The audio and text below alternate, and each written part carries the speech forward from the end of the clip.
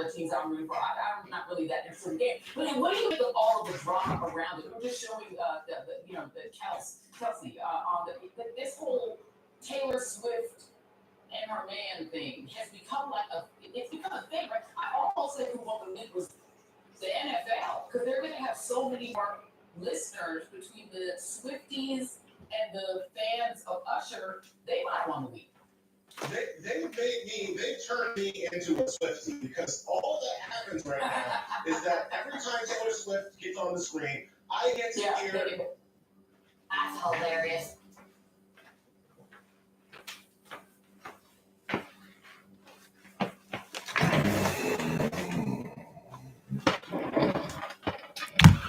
Yo, yo, yo, yo.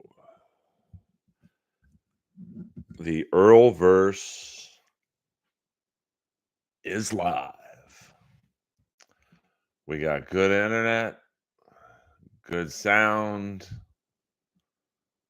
We be rolling, Holmes.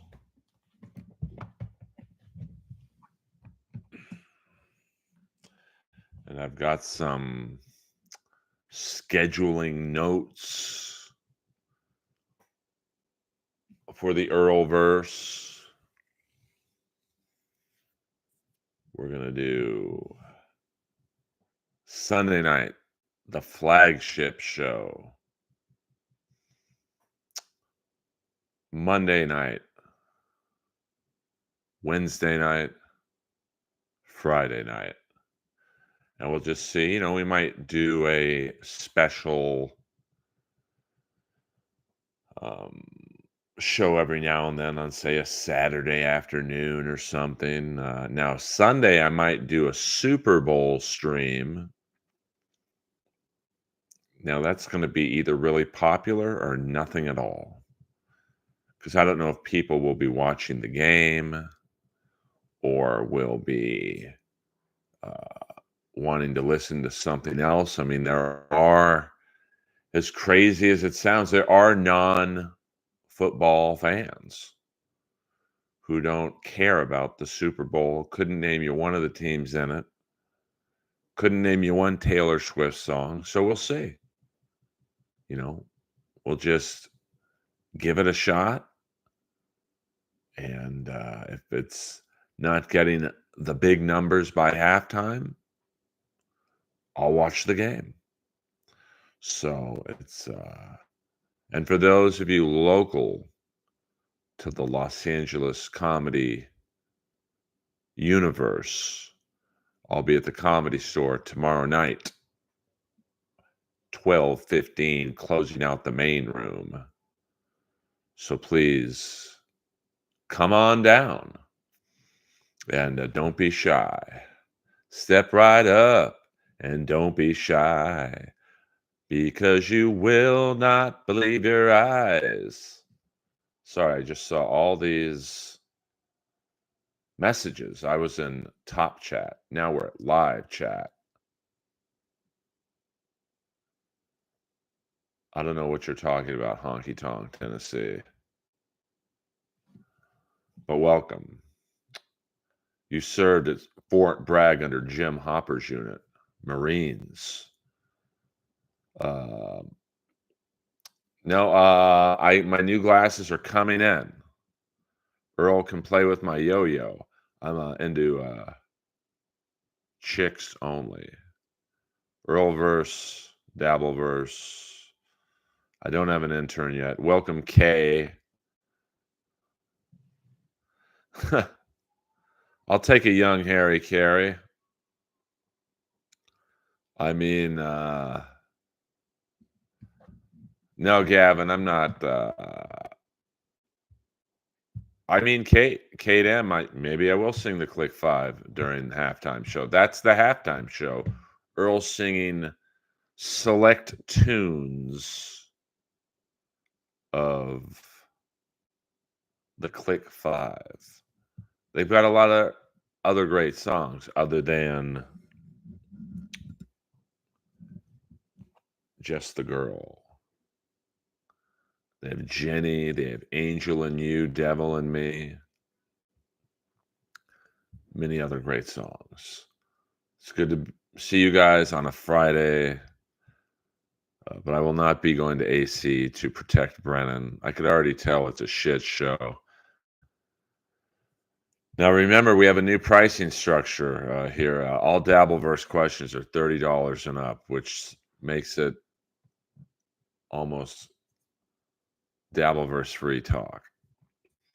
But hello, Richard Kish. I'm back. Sometimes comedy gets in the way of streaming, but it's good to be back. I never left. Well, non-Dabbleverse questions are, think of me as your bartender. If you like what you see, tip. If not, I will answer most of the questions. It's hard to, answer all of them. Good evening, Dottie 3 Reps. I'm just making sure I didn't leave out anything. Fort Bragg much. Leo Gunn in the house. Oh, yes. Sorry about the other night. I meant to say we were doing a live stream tonight, and I guess I didn't see it said February 7th. So it's 1 a.m. here, and I went to Gavin, stay away from the fentanyl. Well, I can't play music on here, and I only sing songs that I'm familiar with, and this is karaoke. You might, I might sing and I might not, to be honest with you. This is a stream that really is about everything but nothing at the same time. So Jay Santos, I did not. Hello, Jay Santos. I tell you, my vision is not the best. So, hello, Jay Santos, a frequent tipper in the house. You are not chopped liver,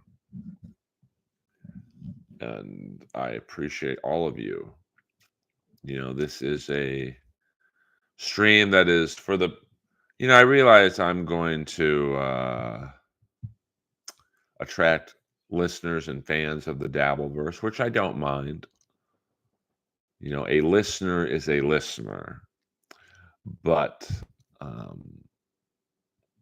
also attract non-Dabbleverse people, people who like AEW wrestling. We can talk Vince McMahon, that pervert. I do not talk as if you are scum. I just have nothing to add to the Dabbleverse conversation. So I don't, that I don't want to bore you guys. And I probably know Chad better than all of you put together. J-Man Attack. 666. Hola, Earl, from up here in North Cal. Go Niners. Enjoy your takes on wrestling and metal bands. You rock. You roll, J-Man Jack. Thank you very much. I am Kate. I am looking into travel plans as we speak to see Sting's last match against the Young Bucks. I want to see who else is on the card. But dinner on me.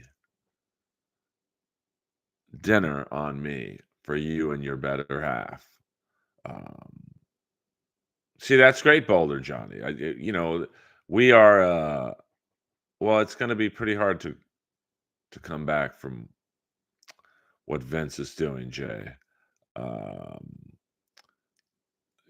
He's got some troubles, and I think the more time that passes, we're going to hear more stuff.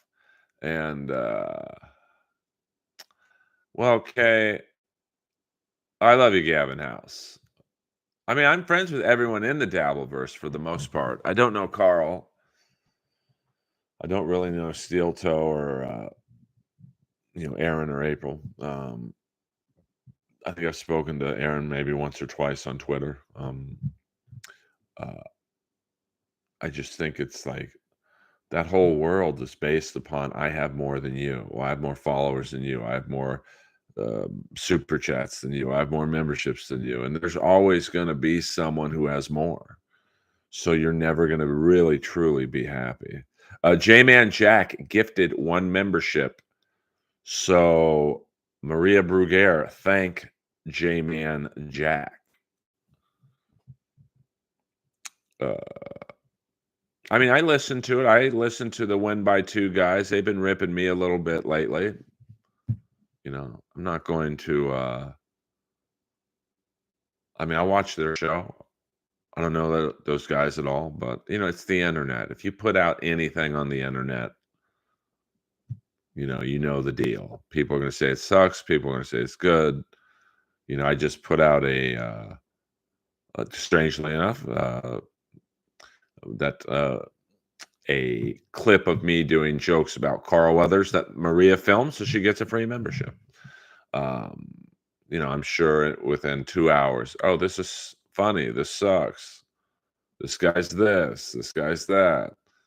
This guy looks great. This guy looks fat. It's the internet. I don't really respond to the trolls. I like wrestling, Gavin. So, well, I mean, Kay, it's just,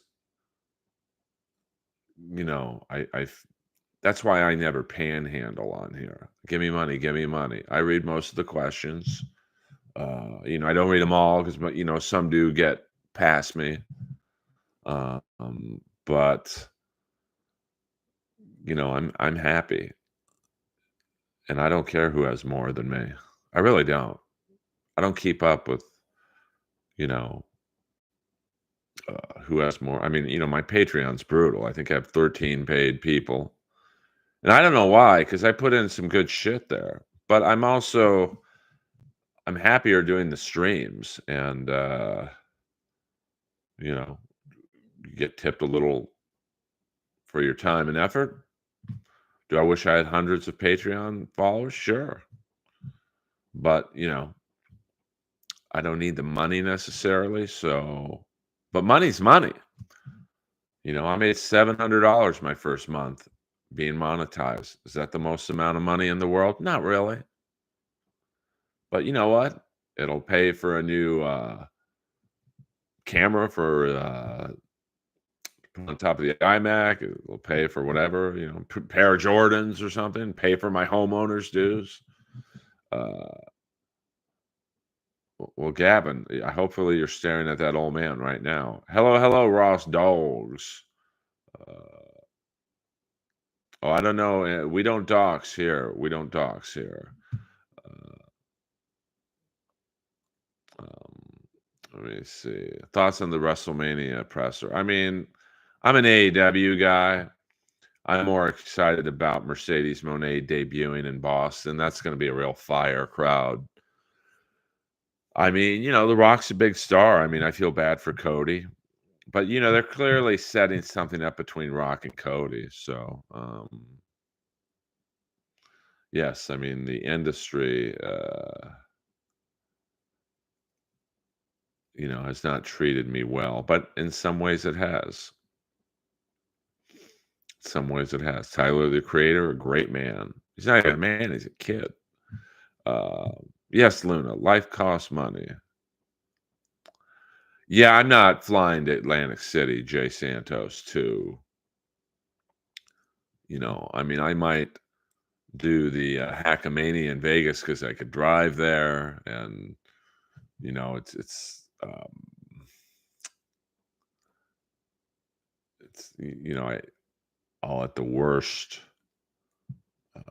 break even, you know, and so and you know, I want to meet guys like Pat Dixon and whatnot.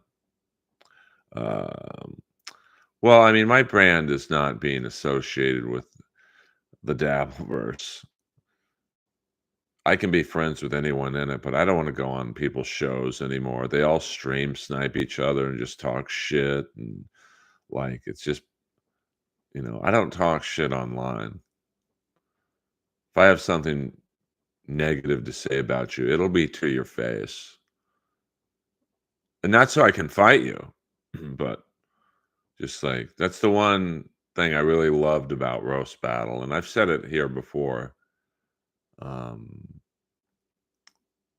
If you wanted to call someone fat, yeah, you can call Ralphie May fat, but Ralphie's going to be right next to you in front of 1,000 people in Montreal, and he's going to call you something too. So, but I appreciate the fans of the Dabbleverse. That's why I welcome them in here, and we can talk about any number of things. Talk about wrestling and hockey. I'm a big hockey guy. Kings play tomorrow night at the Edmonton Oilers with their new coach, Jim Hillier. If you follow hockey, you realize that the Kings fired their head coach, Todd McClellan, this week. So I've heard that my comedy would do well there. Jimmy Carr even told me, hey, they would like you.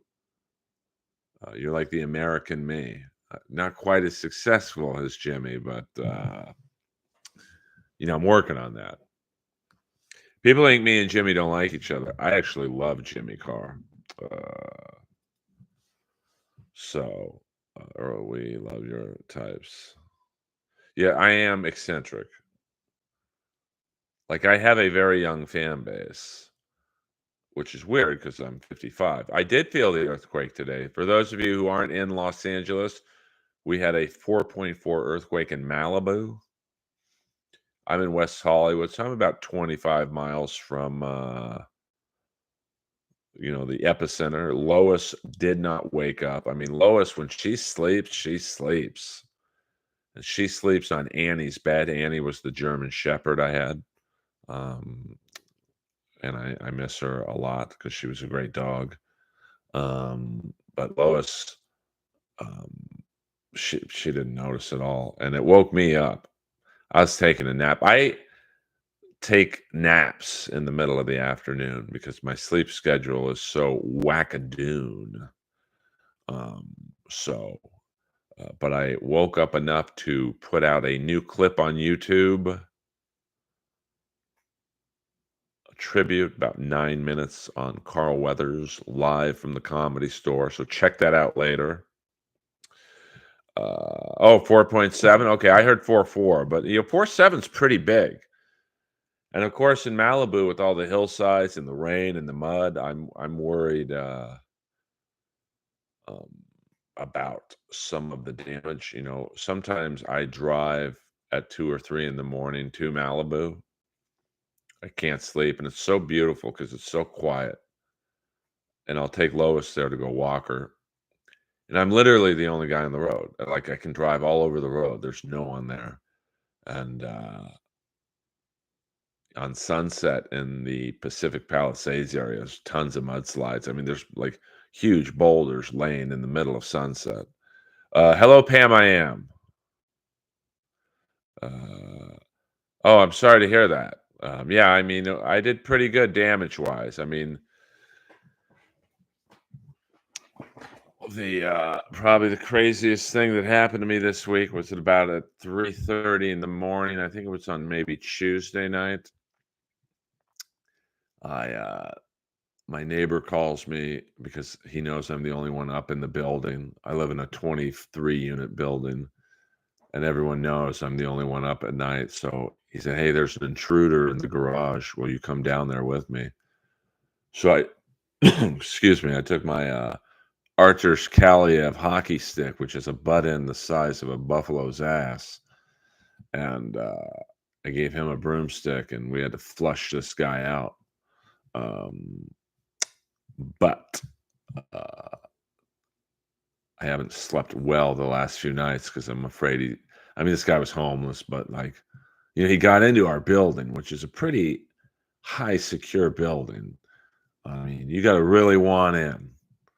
But like the cops told me when they came here, they're like, this is a secure building, but if they want in, they'll get in. So, Earl, have you seen Hachiko with Richard Gere? I don't see a lot of Richard Gere movies. I mean, I would say The last Richard Gere movie I saw was American Gigolo. Great movie. Now, you want to talk great acting. Bill Duke plays the gay pimp in American Gigolo, and Bill Duke is heterosexual, and he's very believable as the gay pimp Leon James. I mean, I can't say that, Chris Mack. I don't know. I don't know if, I mean, he relatively young, probably in his 30s. I mean, it was pouring rain that night, so it was hard to really tell if he was freshly homeless or just down on his luck for a while. Well, I mean, he somehow jimmied the front gate open, and the front gate has a key protector on it, so it's very hard to get to the locking mechanism. But he did, and I was up, and my unit is right by the front gate. I'm unit number 2, so I'm amazed that Lois didn't bark, or I didn't hear him clanking it's like one of those jimmies you would use to unlock the car. So that was the most exciting thing to happen to me this week. Vigilante Earl back in the house. So, I survived. Because we tried to flush him out where David would chase him up the back stairs of the garage, and I was waiting with my hockey stick. I thought this is a great way to get in some free shots. But he was pretty fast, so we literally just missed him. So I'm now offering the building my bodyguard and security services for a minimal fee, of course. Slim Jims, yes, Jay Santos. He was good, so I don't know if he was newly home. I mean, I don't think a random homeless guy would know how to do that. So, well, this Kaliev stick, I think I showed it on the last stream. Arthur's Kaliev, he used to play tennis as a child, so the butt end of his stick literally looks like this hockey. I mean, there's so much tape on it, it looks like that. So I think that it would have done some damage. I was going to just go for a gut shot with the butt end, because I've been hit in the gut with a butt end of a hockey stick, and it's no joke. Brittany Earl was going to beat up that homeless man real good. I was, Brittany. Gavin House, $2 UK. Sing a Dio song. Anyone, or is that more money? Well, it's not necessarily money. Since you paid, you pay, I'll do it. Let me look up the lyrics for the Dio song Mystery. That's my favorite Dio song. Don't worry about it, Gavin. I mean, I don't panhandle for money. You give what you can afford, and we leave it at that. Okay. Here we go. Hold on. I mean, Dio had such a great voice. I don't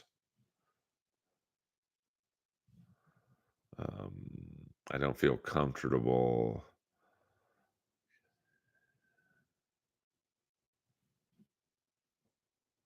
Okay, I'm going to sing the first chorus.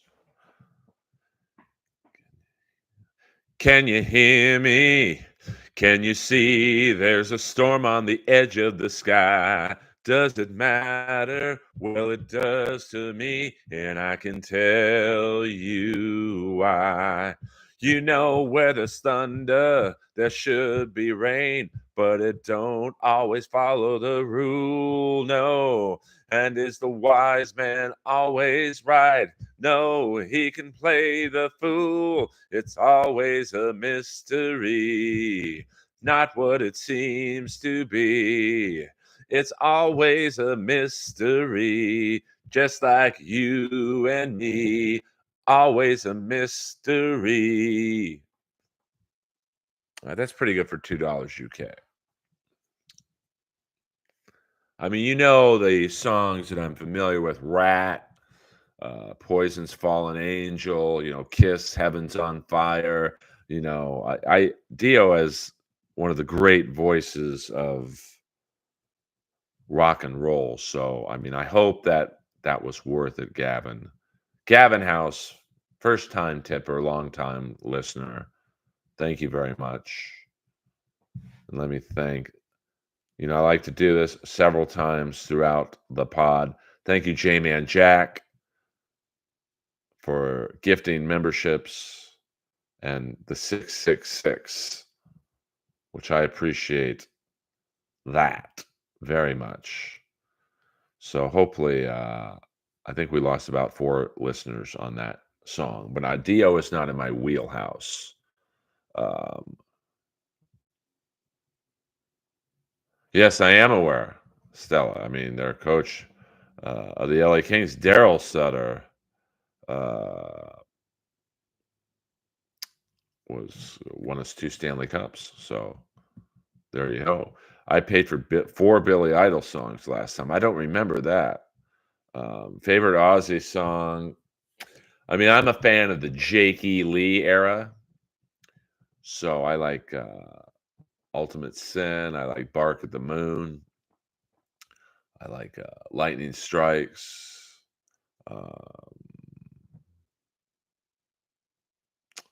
Trying to think.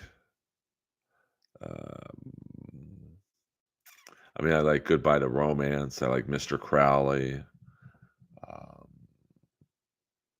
Trying to think. There was one other Jakey Lee era, Bark at the Moon.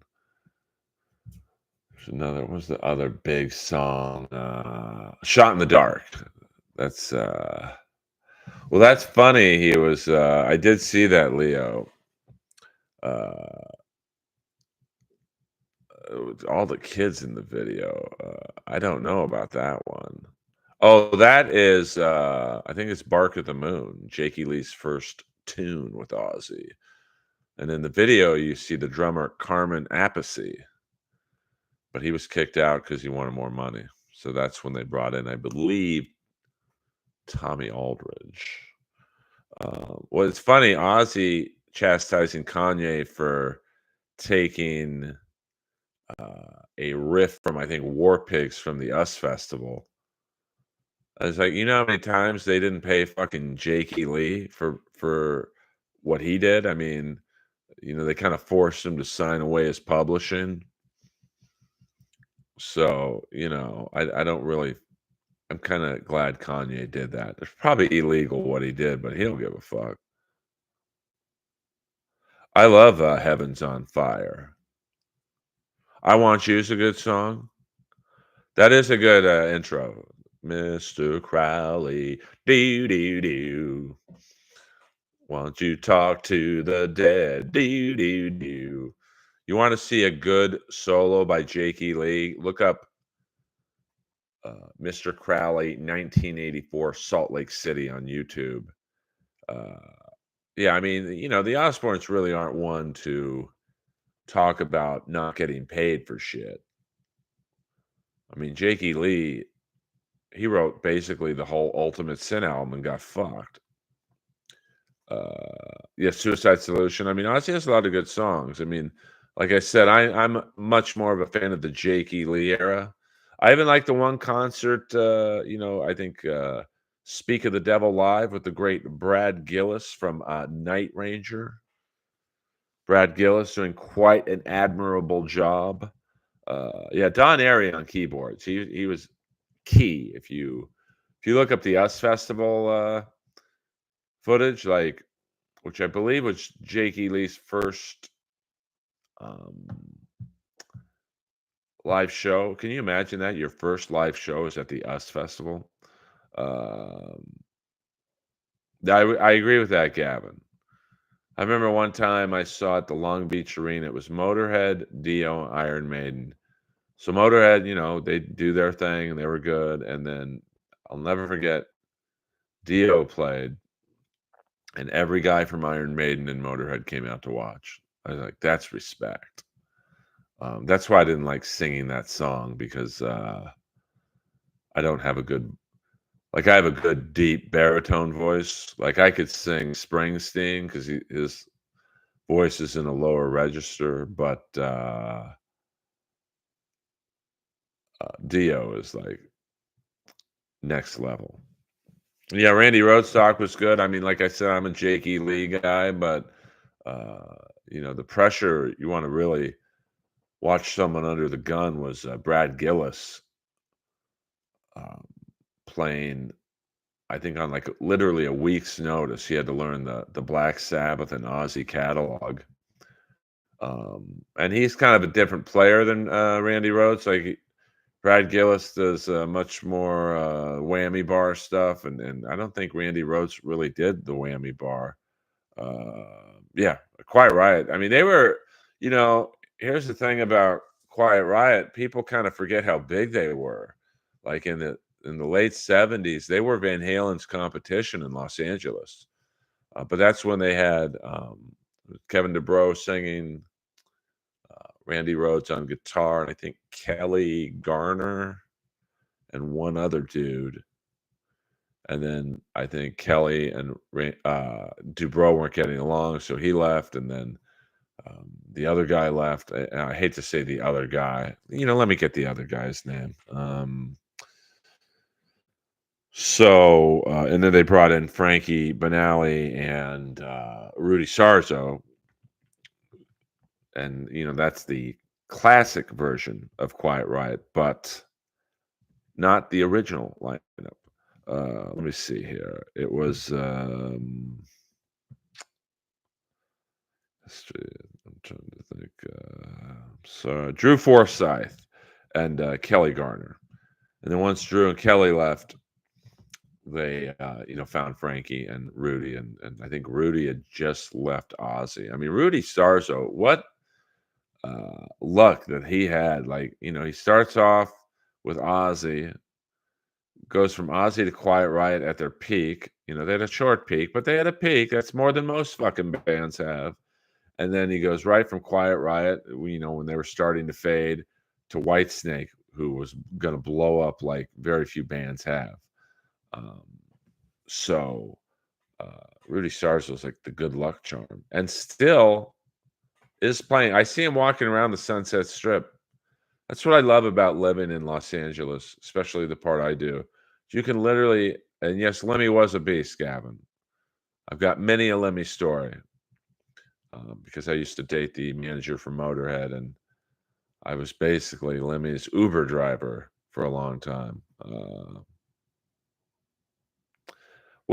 Jay Santos, he's gone too corporate. He's just too famous and too popular, and he is he's like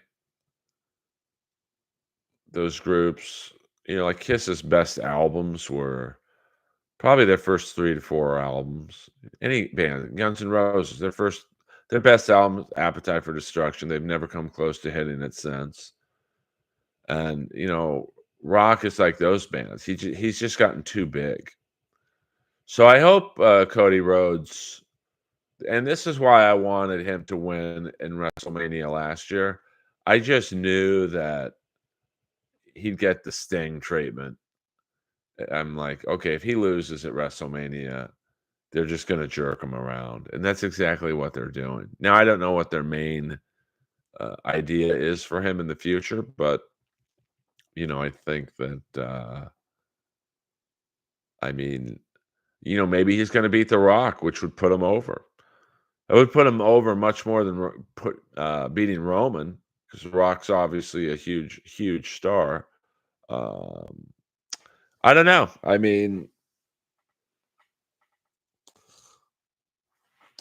maybe The Rock wins and then he puts Cody over at SummerSlam. That's certainly possible. I'm more concerned with where Okada is going. I hope Okada, that Boston show in AEW could be a real fucking hot one because I think Mercedes Moné, aka Sasha Banks, is going to debut there. They've been dropping little hints, and that's where she's from, so it makes sense. And I think the show sold out in like 12 minutes, and maybe Okada debuts that night too.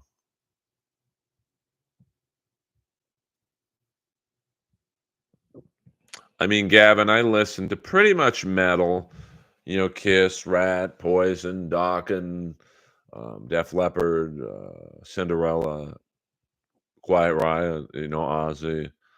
I listen to Lady Gaga. I like Lady Gaga because she knew Clarence Clemens, the sax player from Springsteen's band, was dying, so she put him in the video out of respect. I thought that was very cool. But I also like, the Click Five, which is a boy band. I like. I don't like a lot of country, but I like a band like the Cars. I like some songs of say Miley Cyrus. That song she did with Billy Idol, I think it was called Nightcrawler. That's a very good song. So my musical taste is actually pretty broad. Um,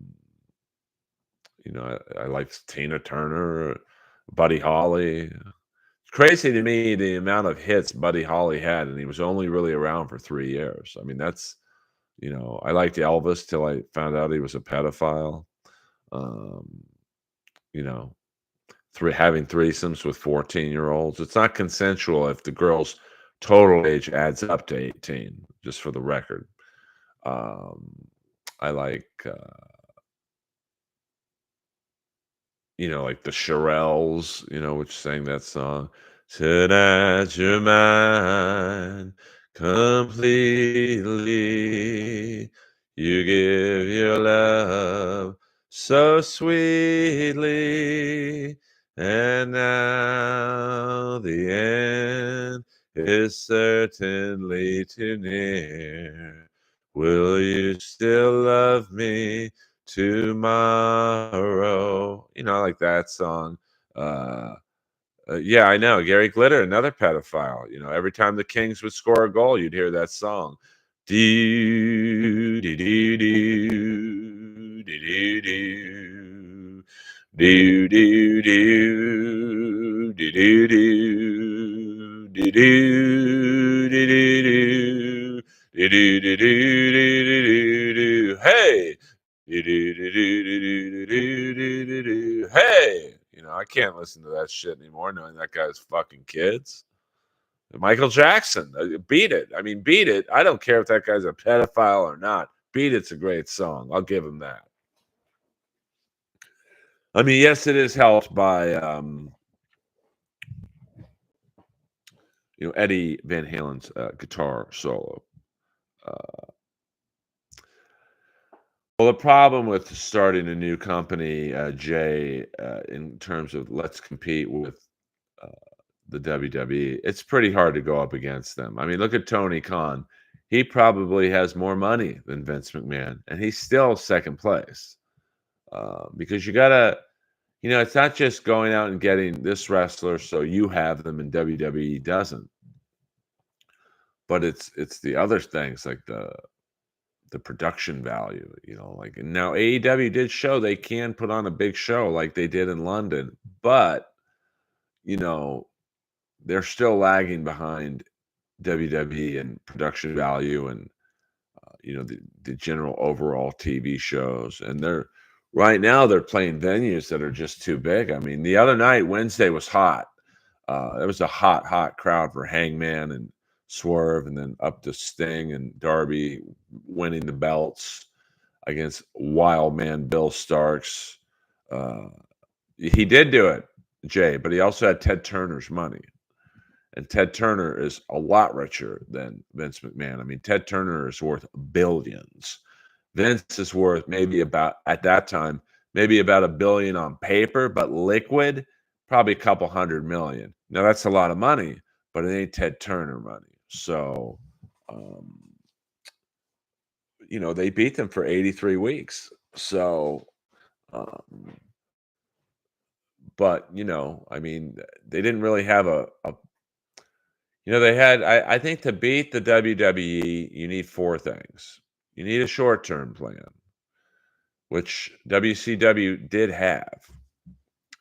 And that short-term plan was sign the older talent, the Hulk Hogans, the Flairs, the Macho Mans. So you get the WWE or WWF fans at the time, you get them watching.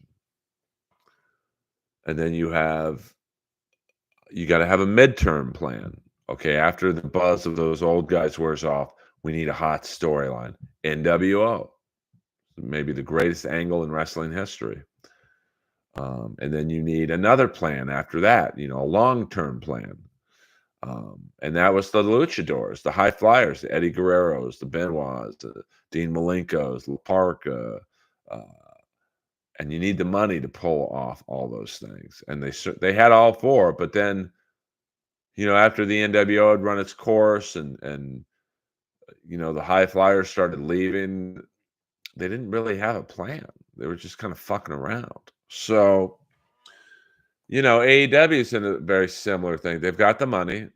The short-term plan is, hire every free agent you can get, develop some guys who are, AEW from the beginning, MJF and Darby Allin, I think Jungle Boy and Sammy Guevara. They've had some good storytelling, but a lot of bad storytelling. So, you just need so much to go up against WWE. Long term, they're all, unless it's, Bill Gates or Warren Buffett, you need a lot of money and you need a good wrestling minds. And like Tony Khan, I worry about Tony Khan because he's just like a wrestling fan like us, but with money.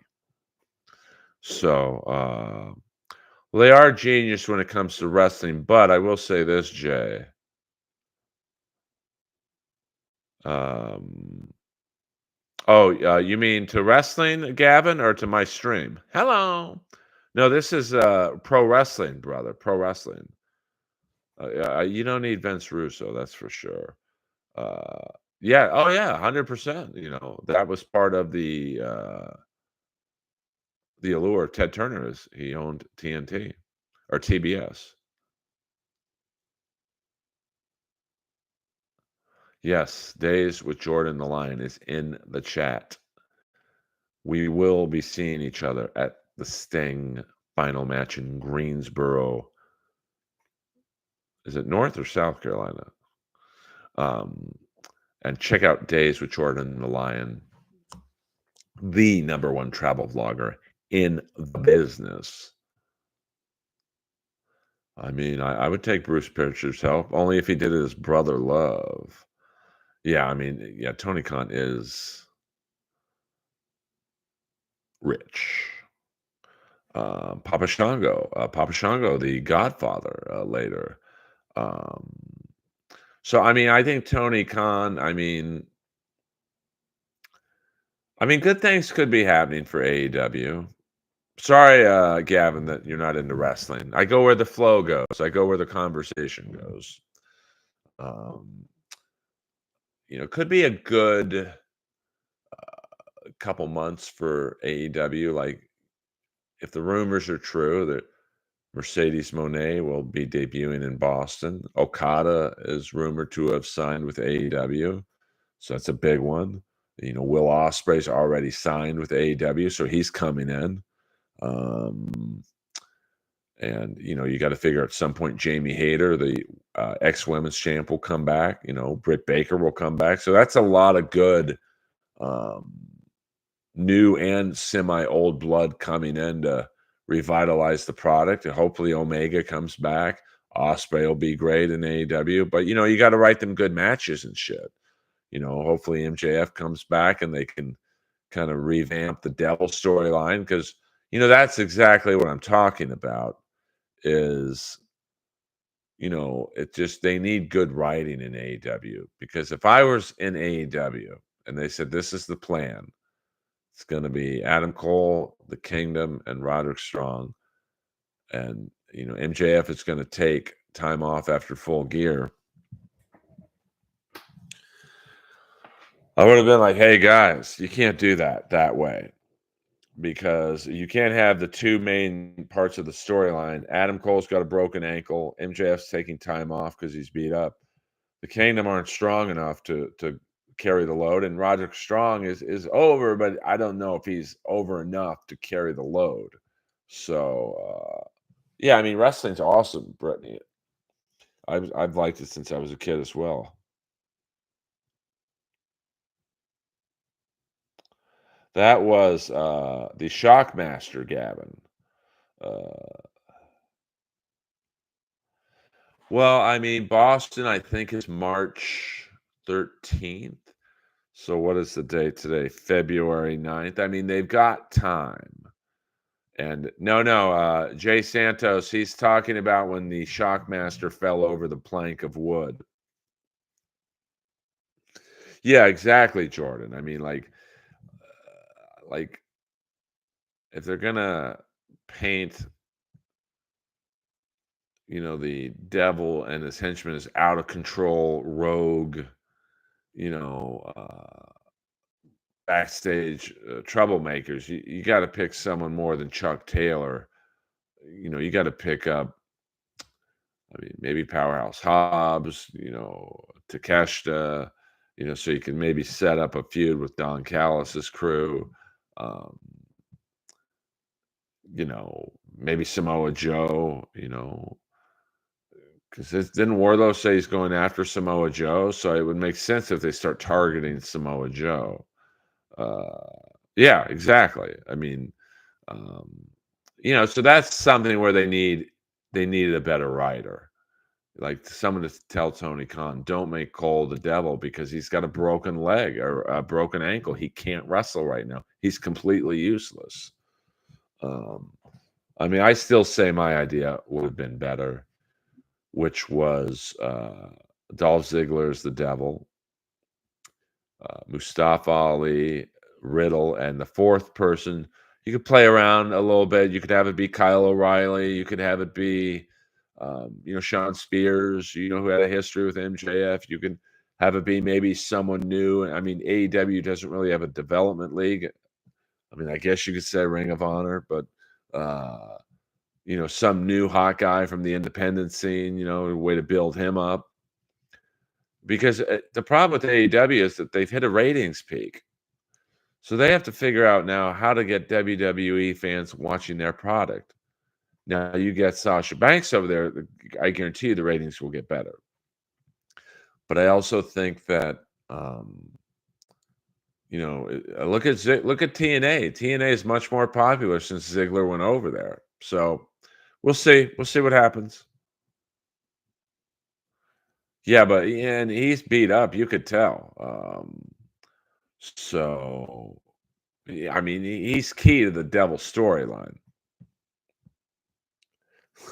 Gavin House, $10 UK money. I think I'm saying that right. Earl, as your self-appointed talent manager, the occult is where you blow up. You've got the weird energy voice for calling out spirits, playing Ouija board. I mean, maybe, bro. I mean, that. Speaking of energy, hold please.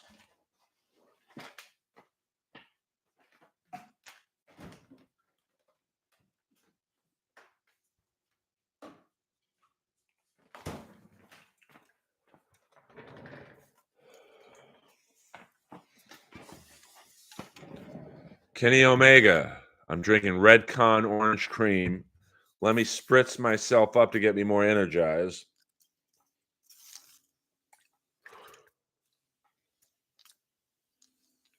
Woo! Thank you, Gavin House. No, you are right. I mean, I do realize. I don't think I've ever had this flavor before. So this is a live energy drink taste test.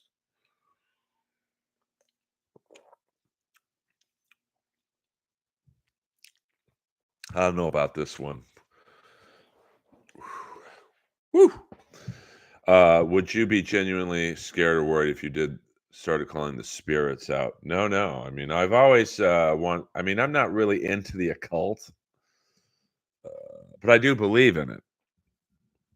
I do believe, like my mom tries to contact me in her own way. And like a couple weeks ago, I was sleeping. I woke up and there was a figure at my bed. I was like, not us, but I absolutely think that there was someone at the foot of my bed. Not and fucking boogeyman shit, but like I was like, oh man. I don't. This is Redcon. It's orange cream flavor. I'll try it one more time. Hold on. This is a water spritzer to help wake me up.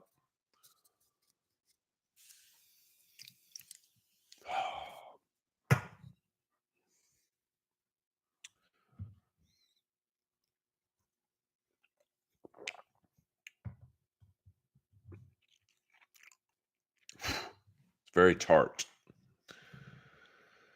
Um, I don't believe my mom was a migrant. I've seen Ghosts at the Comedy Store.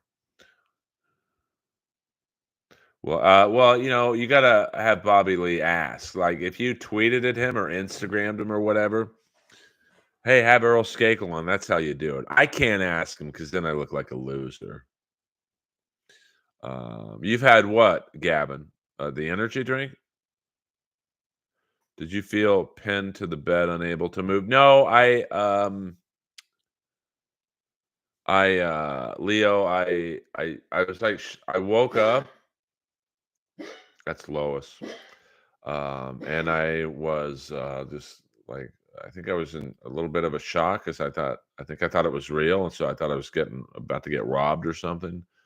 But I lock my bedroom door at night just in case, and then it just disappeared. And I remember, going like this and rubbing my eyes, going, "Did I just see something, or am I fucking going nuts?" So that's good, Wayne, to do that as well. I don't have a Mister in here though. That's true, Syrian. I never thought of it that way. Maybe. Did I see an MLC question in here? Oh, XSFD7. Can you do more MLC in the future? I probably won't. And I get along with Kevin, but I'm not into that whole Dabbleverse world, man. They all fucking snipe each other, and then if I'm a guest on the show, they start ripping into me, and it's like, fuck off, man. I'm happy where I'm at in life. So, like, that shit brings me down. Oh, sorry about that. My bad. This is carbonated. No, Lois has a water in her lungs or some kind of fluid in her lungs. So me and Gail, her mommy, we are trying to help her with that. But she is 13. So, and I realized, Brittany, that I could completely get more followers and listeners by talking shit and hey, if you want me to roast someone, super chat me. I could make more money, but like, I'm good. Yes, Jeff Scott was a lover of my buttocks. Jeff Scott was for those of you not knowing, was a homosexual keyboard player at the Comedy Store who passed away a couple years ago, and we all miss Jeff. Great thing about having Jeff in the original room was if you were bombing, he'd start playing music if he liked you, to like get you back in the game. But it was funny when someone was on stage bombing that he didn't like, he would just go in the back and smoke weed.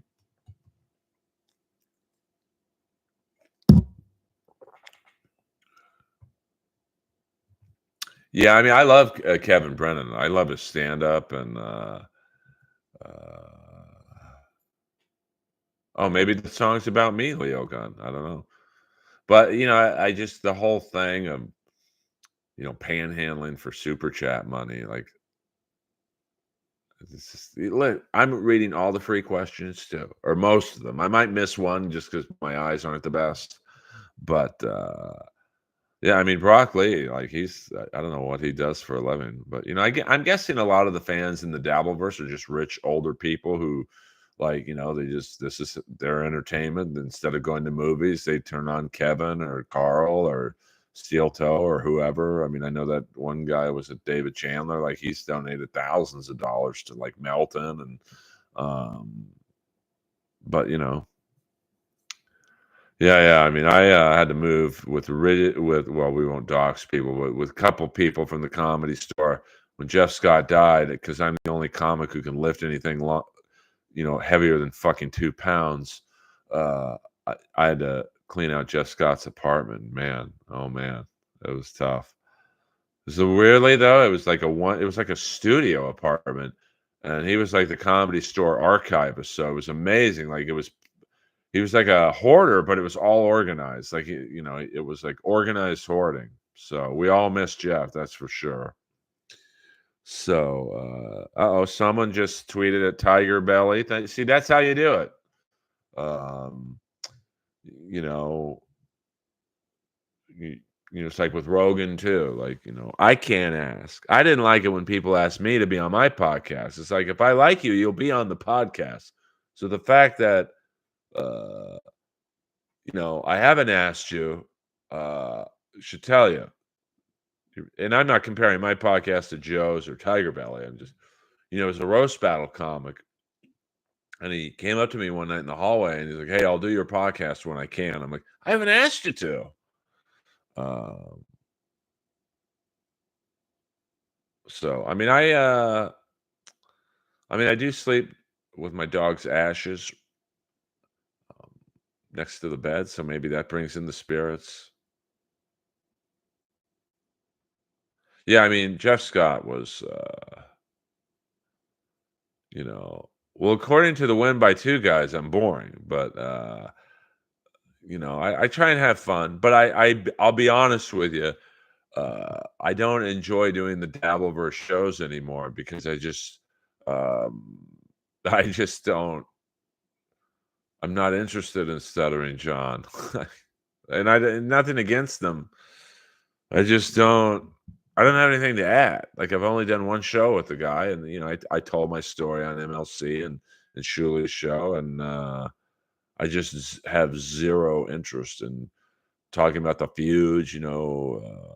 Chad versus Melton and whoever. It's just like because then if I do their shows from now on, they all snipe each other, and then they start making fun of me, and I'm not going to really fight back online. So that's why I do kind of like doing Pat Dixon's show because I like Pat, and we don't talk about the Dabbleverse. But I'm really trying to do my own shit because I got to build my brand. I'm 55, clock's ticking, baby doll. Oh yeah, Wayne. I mean, Corolla. Any show you want to see me on, like Tiger Belly or Rogan or whatever. I mean, unfortunately, the fans have to do that end of the work for me because I look like a total fucking loser. Hey Joe, can I do your podcast? And I fucked up when he asked me, but I could. He does have comics who aren't like the most known on, so. Dave Taylor's not come over. I've been looking into webcams. I looked into buying a new iMac, and my God, they're expensive. I got this one at Best Buy, and it was like $1,500. Reasonable. But I thought, I should go to the iMac store, the Apple store, and they're like, unless I was in the wrong section, man, it was like 4G. Or I've been told I've got the gift. Who's Marlene? I don't know what you're talking about. I like Corolla. He was very, very nice to me. So that's all I need. See, have you ever heard me say a bad word about Corolla or Tyler the Creator? No, because they've been fucking nice to me. Like people think I like having enemies because of one particular enemy. But you know what? He didn't treat me nice, and he just picked the wrong person to treat bad.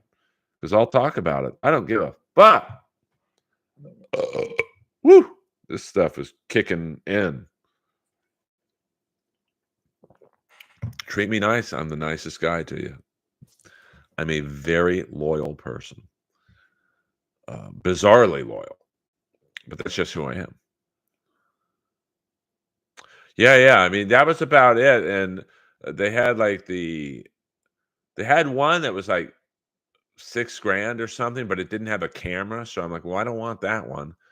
So it's basically the iMac Max, I think it was called. I mean, that was like 2 grand, but that's just for the monitor, and then you got to buy, I guess, the actual computer parts. So um, I was then going, okay, well, my iMac's pretty new. It's like 2 years old.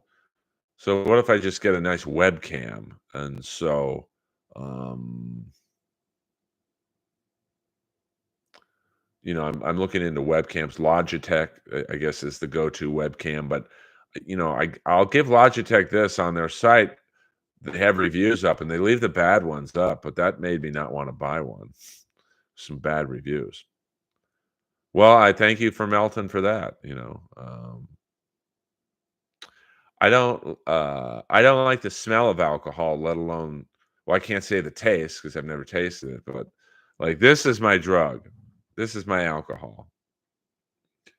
Maybe not this particular flavor. This flavor's a little nasty. I'm not getting a lot of orange cream out of it. But you know, I think once I hit 18 and my mom bought me a nice car because I didn't drink, I'm like, well, why start now? So I actually like, people were criticizing that Jordan, that someone from the back should have came out, like, I don't know, Edge or whoever. I like that Sting's kids were in there. Like, god damn, they look like him. Especially the bigger one. It looks like Sting, like when he was with the Ultimate Warrior. Uh,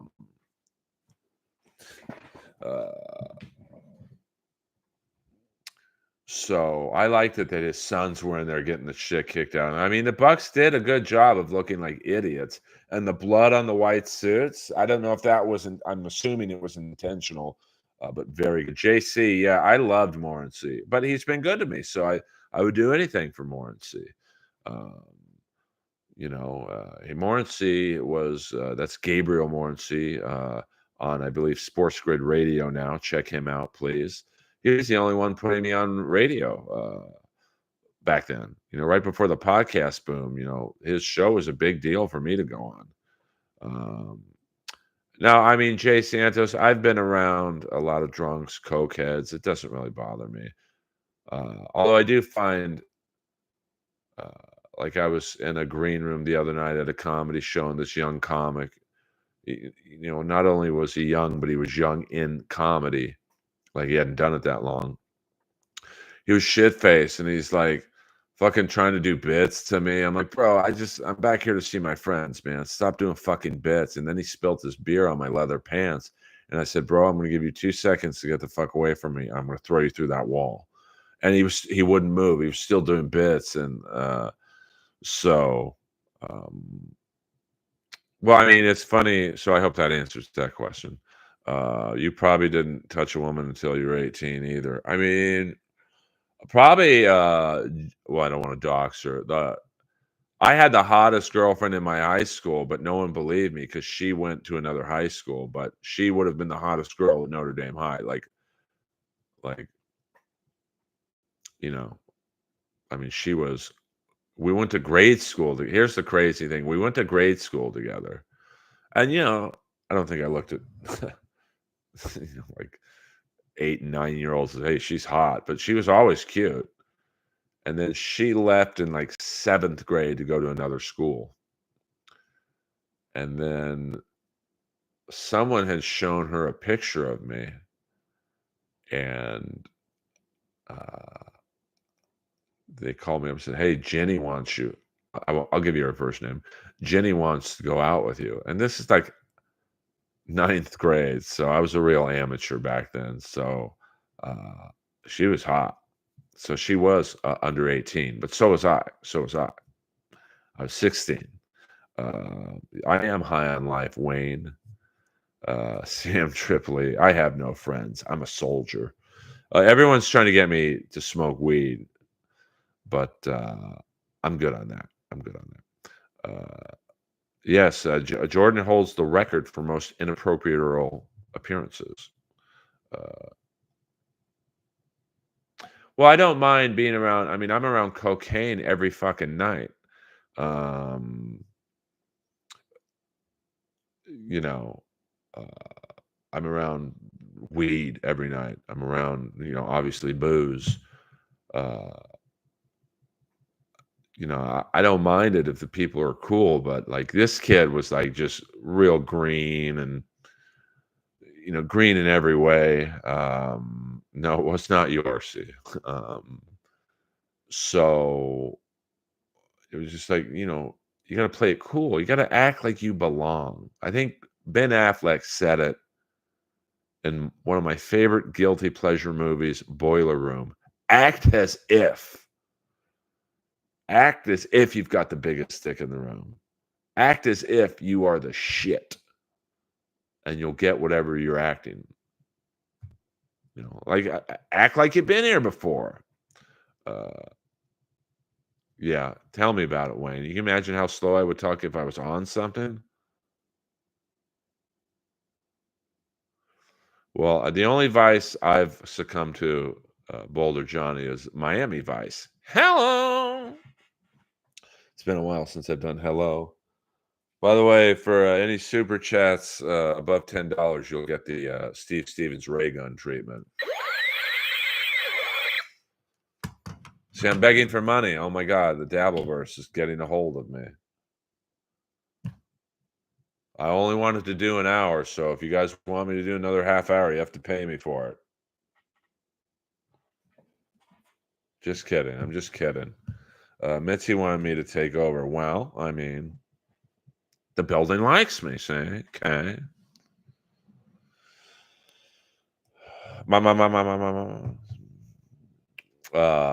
So I think Rampage is on in about an hour for me. So I should do a Rampage review, but it's like their B show, so I don't really want to go over a Christopher Daniels match. You've done enough, Gavin. Don't worry about it. See, I'm encouraging someone. This Gavin, my buddy from the UK, is telling me he wants to pay me money. I'm like, you've done enough. You've given enough. This isn't a Jerry Lewis telethon. I mean, yes, I like money. Boulder Johnny, $2. Like, this is out of control. Thank you, Boulder Johnny, a longtime friend, a hockey friend of mine. Yeah, I mean, I might, thanks to Jordan. Jordan is giving me some feedback. Sunday nights, it's the flagship stream. No doubt about it. And then Monday nights, I can't say we'll do Monday Night Raw talk because I don't watch Monday Night Raw. And then Wednesday nights, we'll do a Dynamite. I'll get back to my Wednesday night Dynamite stream. Or wrestling talk. I'm going to start these podcasts earlier now at like 5 p.m. And then Friday nights, and then maybe an occasional set. I mean, I'm not behooven to, I like the money, but I don't need it. So I'm not going to fucking stream every day to like pinch you guys for pennies. And that's not reverse psychology to get someone to pay me a super chat.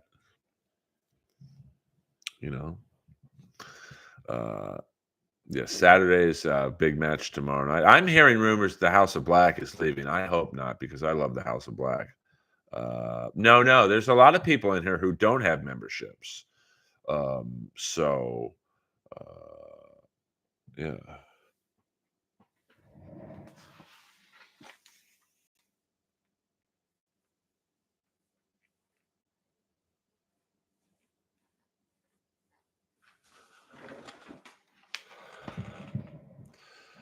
Yeah, Billy Jack Haynes killed his wife.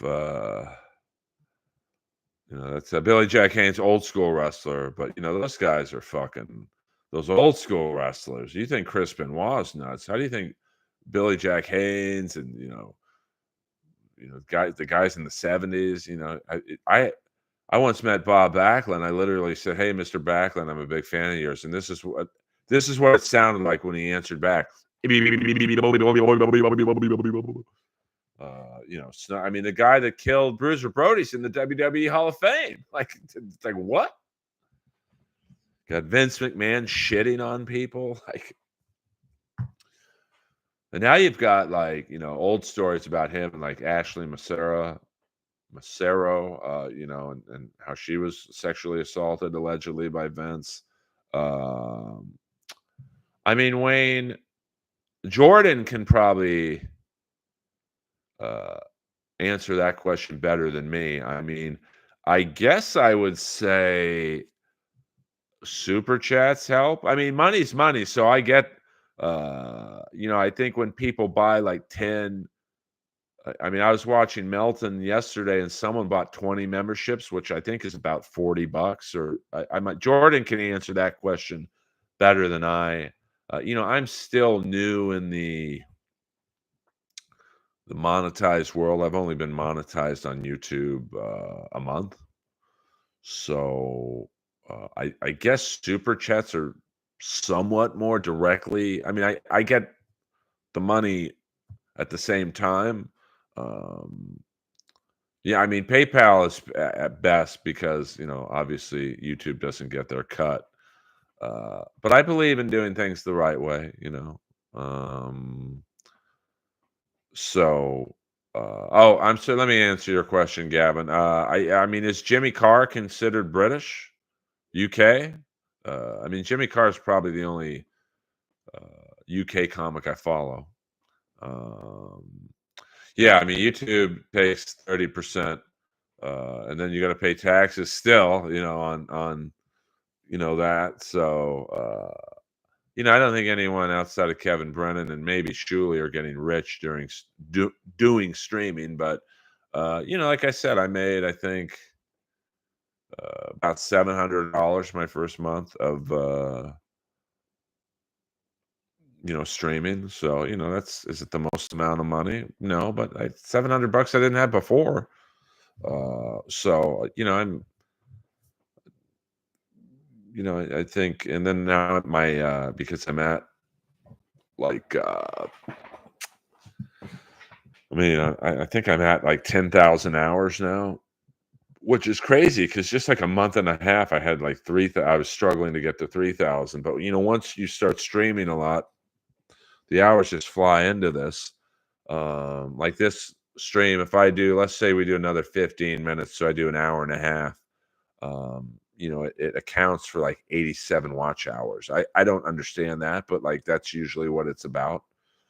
I like Jimmy Carr. I'm not really familiar with any. I mean, I love Ricky Gervais because that guy don't give a fuck.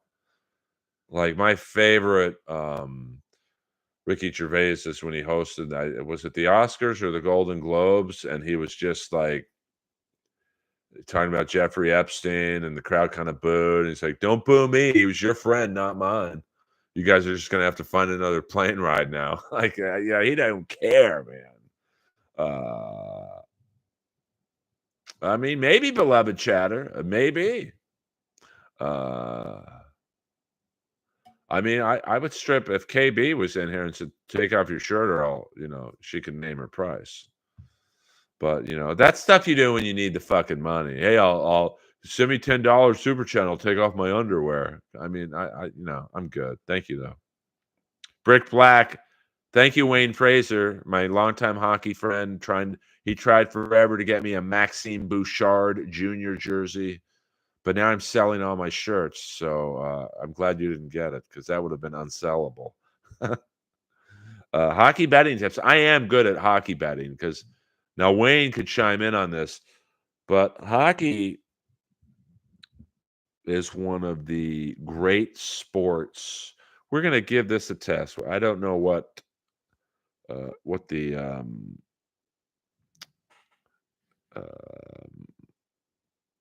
schedule is like tonight. NHL schedule. Okay. This is a free hockey bet tip. So you've got the Oilers and the Ducks at 7 p.m. Now, the Oilers play the Kings tomorrow night, but I think the Oilers are going to kill the Ducks. It's in Anaheim. Ducks have a horrible defense. Oilers have won, I think, 17 of 18. I don't know what the over is. I'd have to go on a particular site to get that, but I would bet the Oilers plus the over. So keep track of that. Oilers plus the over. Let me see. Now we've got the Stars and the that's tomorrow. So that's the only game tonight, I guess, left is the Oilers and the Ducks. Connor McDavid, Leon Draisaitl. The Ducks are just in a free fall. They've got Trevor Zegras and a few other good players, but their goaltender wants out. I mean, take the. What's a betting site I can check the over on? I'd say I don't. DraftKings isn't a betting site, but what's anyone in chat know what a good betting site is? OTB, is that still around? I'll just look up betting site. Best place to bet. Not casino. 10 betting sites. NHL. Oil's minus 300. But what's the over? What's the over? Is DraftKings a betting site? DraftKings. BetMGM. I'll go on BetMGM. Let's BetMGM. Oh, okay. Thank you. Well, I guess I don't. Yeah, I think the Oilers, if the over is 6.5, take the over. I just think the Oilers are going to, thank you guys. Cuts suck you off. Like, are you new to this stream? Let's see, BetMGM. I'll give you guys some free Earl Skakel tipping. The Ducks get, I would definitely take that. I mean, I think the Ducks just have no offense. McDavid, Draisaitl, Kane's coming around. Ryan Nugent-Hopkins, Hyman. They've got a lot of fucking weapons. So let me go on BetMGM. These are free gambling tips. And then, if you guys bet and you win some money, maybe you super chat me a little more. See? All right. Let's see. I'm going on BetMGM. Where are you betting from? Jesus, what the hell's the difference? I got Tom Brady asking me where am I betting from. I don't know. It doesn't even give California as an option. So I'll just lie and say, I don't know. I'll just say 10 in Virginia. The hell's the difference? Well, it's got to be funny, Gavin. It's got to be funny. You can do a joke that has the N-word hard R in it, but it better be funny. Trust me on that one. Okay, so, all right, here we go. So, hockey. Let's go to hockey. I'm sure they have some wacky. So, Oilers starting in 48 minutes. The spread is. The money line is Oilers minus 275. Ducks. Listen, the Ducks are 18-30-2. Oilers 29-18, 29-16-1. Yeah, I definitely take the over. I think that's a no-brainer. Now the play tomorrow, the more interesting to see what the line is we've got the Kings and the Oilers. So the Oilers playing back-to-back. Kings have not played in 10 days. The over-under right now is actually 6.5. I'm going to say take the over in the Kings Oilers because the Kings goaltending is a little wonky. The Kings are also, it's their first game with a new coach, so I think they'll become guns blazing. I absolutely would take the over at 6.5. So, but hockey's a sport you can make money on if you know what you're talking about. Like, and I know everyone, but like I know hockey better than most people. So, and obviously, like the Ducks tonight, they could play the game of their lives and win. Gibson, if he's the goalie, I'm not sure who's in goal tonight for the Ducks, but he wants out. The the Ducks are shopping him. He could play the game of his life, and the Ducks could shut out the Oilers 2-0. But I don't think that's going to happen. Would I bet my mortgage on it? I almost would in this game. I don't see any conceivable path for the Ducks to win. So now let's go to the Super Bowl. I'll give you the Earl Skakel Super Bowl prediction. All right. Man, they make it so easy to bet on this thing. Okay. Let's see what's going down. The 49ers and the Chiefs. 47.5. I like the over on that. Chiefs +2. I definitely like the Chiefs +2.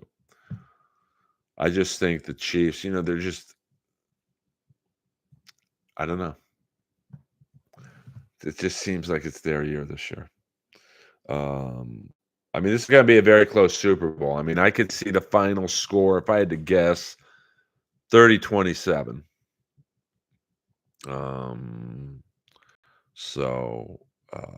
And then, who knows what the wacky parlays are, who scores first. Go Sens, go. Are you a Sens fan? I've been hearing a lot of rumors that the Senators are looking into trading Jacob Chikrin. I do have a pair of his game-used gloves from the Coyotes. Yeah, I mean, it's going to be a close game. I don't think it's going to be a blowout. Really the questions are, can Purdy handle the Chiefs defense? And, can Bosa go wild on Mahomes? Kelsey, listen, I don't care who he dates. He's a great tight end. I mean, maybe the greatest tight end next to Randy Grossman of the Steelers. What the fuck? Hello. Jewish tight end. He never threw a ball into the stands.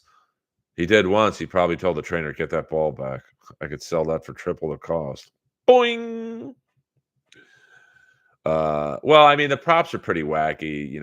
How long is the national anthem going to be under 2 minutes? Well, I mean, I Chikrin, Jeff Chikrin, his dad blocked me on Twitter. He unblocked me, but I was like, this is when it was real heavy. The Kings were going to get him. I don't think you can. Like, he's just too injury prone. Like, it's so weird because he's like Mr. Vegan and, he's into the fucking healthy eating and all that. Russ Francis, great tight end. I mean, Gronkowski, and yes, a lot of his greatness was Benny Cunningham, man. We're Benny Cunningham, number 89, dude. What about Eric Jones, or what was it? I mean, I'm a big Steel. He was a big black tight end for the Steelers. Eric Jones, I think. And then Vance McDonald was good. But I would say, and I'm a Steeler fan, so this hurts to say, I would say the greatest tight end is I go Gronkowski, Kelsey, Russ Francis. I mean, there's a lot of great tight ends. So, will you bite the bullet and spend the $350 on a Dodger ticket this season? No, I won't. By the way, the Dodgers signing Yamamoto and Ohtani. They will lead the league in small dicks. Hello, Eric Green, Eric Jones. Yeah, I mean, listen, there's a lot of great tight ends. Bavaro, Ditka.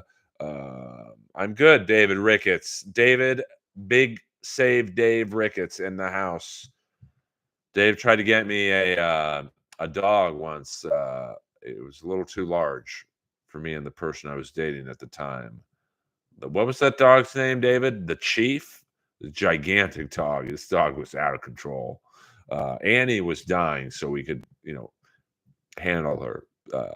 But this dog, the Tank. When the dog's name is Tank, it's a big dog. I mean, greatest whatever is all subjective. But based on their performance, I would say Gronkowski and Kelsey. I mean, now you could say, well, they wouldn't be so good without Mahomes and Brady. That's true too. But listen, results are the results. I know. I mean, probably the guy who lucked out the most is the Asian interpreter. The Angels brought in for Otani. Now he can just get double dip in every game. Yeah, I mean Brent Jones of the Niners, Tony Gonzalez. I mean, there's so many. I mean, we could probably talk another hour about tight ends. I mean, I remember when I was a kid. I'm trying to think who the Rams tight end was. Kellen Winslow, like. Witten, like, just like who's the guy in the Cowboys? Jay Sharkey, or what was his name? Not Jay Cutler. He was really good in his era.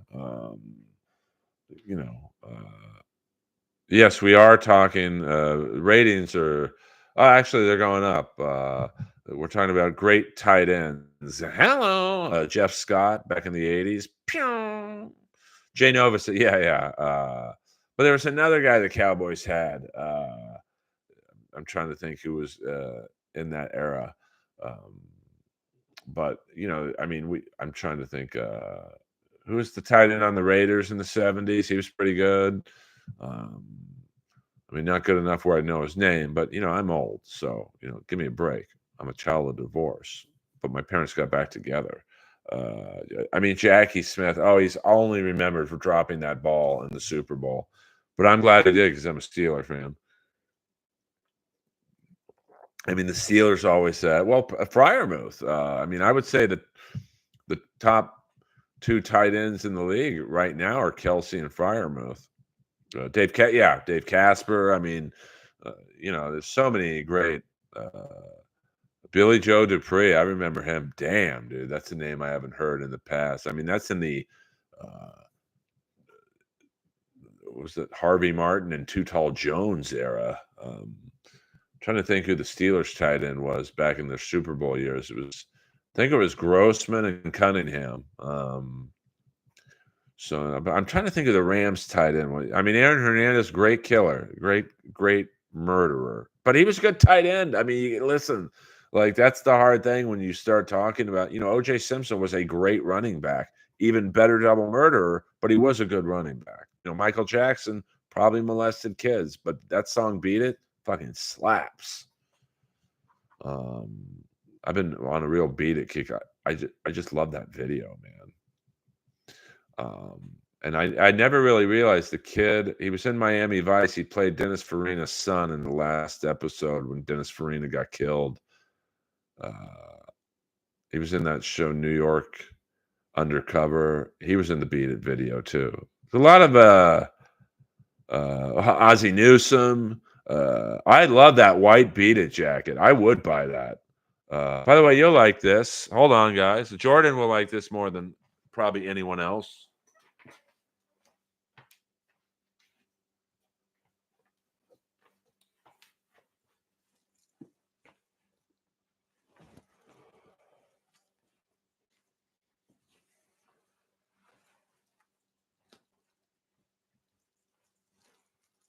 Got the leather sleeves, a little lightning bolt. Sorry about that. My bad.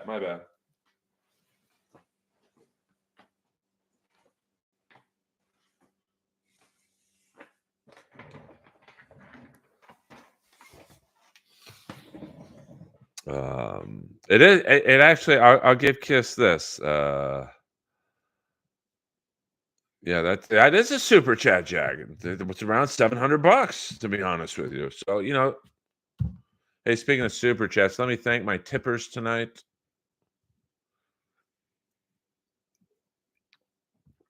I like to thank the tippers.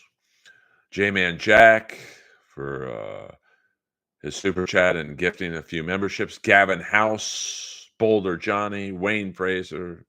I love you all. I'm just a comedy soldier trying to navigate the villainous role of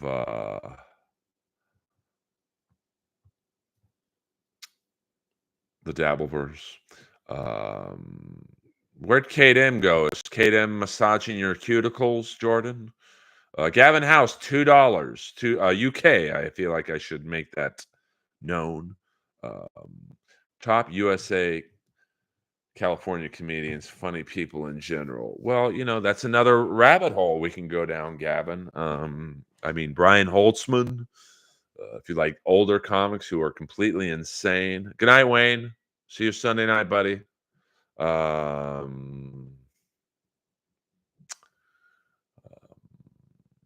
me see. I mean, I sense when you say top comics, you mean younger comics. Hold on, my TV just popped on. Say Ron Taylor from Detroit. He's very funny. Kelly Ryan, Bruce Gray, and ironically, they're a couple.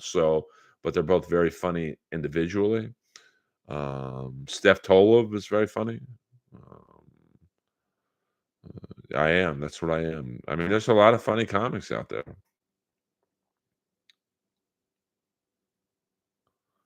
Oh, good. Well, Jordan actually, Boulder Johnny, made that thumbnail for me. So I'm doing better, at putting thumbnails up and trying to, I don't want to over tweet, but I'm trying to let people know, when I'm on and Sunday nights. I think no one has to know. I think I'm going to start doing it at 6 p.m. just so people on the East Coast aren't going to sleep. Yeah, I mean, it depends what kind of comedy you like, Gavin. Like if you like wild comics, Holtzman and Steffer, and Kelly Ryan's very, she's not wild, but she's very funny. I'm trying to think, me, if you like old white guys. Oh, well, you mean like all time comics? Yeah, David Tell he's one of the rare people that's like a comics comic and a audience member comic. So I would say I'm trying to think. If you want me to, I mean, obviously Chappelle, Chris Estrada is very funny comic. Yeah, it's a good comparison, Boulder Johnny. I'm trying to think. Saul Trujillo is very funny. I mean, there's so many, but those are a few. Her boyfriend does, but I don't know. I think she might have taken a break. Oh, Norm's great. Brennan Schaub. I don't know about that, Jay Santos. I think Brennan Schaub said he's quitting comedy. Dante is another strong comic if you like to be managed by a guy who smokes weed all day. How about Wendy Liebman? I've never listened to her act, to be completely honest with you. So Chad Zumach, I see we've got some Dabbleverse fans in the house. I've never seen Chad stand up. It's crazy. Like you think, oh, you just don't want to answer. I don't watch stand up comedy, so as long as I've known Hinchcliffe, I've never seen him do a set. Like we've known each other for 15 years. I think the one time I had to follow Tony in the main room, I was backstage, obviously, but I wasn't listening to anything he was saying. I was just waiting for the crowd applause to let me know he just called my name up. I don't think Callan's well respected. I gotta be honest with you there, Jay. Norm Macdonald's great. His clip on the Bob Saget roast when he's trying to bomb on purpose, like no one got it, but that's fucking funny. Callan is not well respected, Jay. He's kind of known as a creep.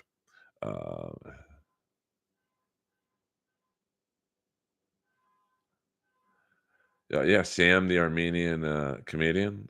Rest in peace, Big J. Yeah, I mean, we could go on literally for the next 2 hours, in terms of, it all depends on what kind of comedy you like. Do you like roasting comics? Do you like, um, do you like just, wordsmith comics? Do you like a guy like Jeselnik, who's probably like the most well-rounded comic, I think. He can roast, he can just do, dark jokes. He's probably my favorite comic of the last decade. Because there's just no bullshit with him. He doesn't get involved in any feuds like I do. He just does his jokes and leaves. Um, so, I mean, he's just good. He's a great writer. I mean, I can't, I'll just say this. I've had problems with Callan with probably my last two girlfriends at the store. So it was just um, you know, he's a horny dude.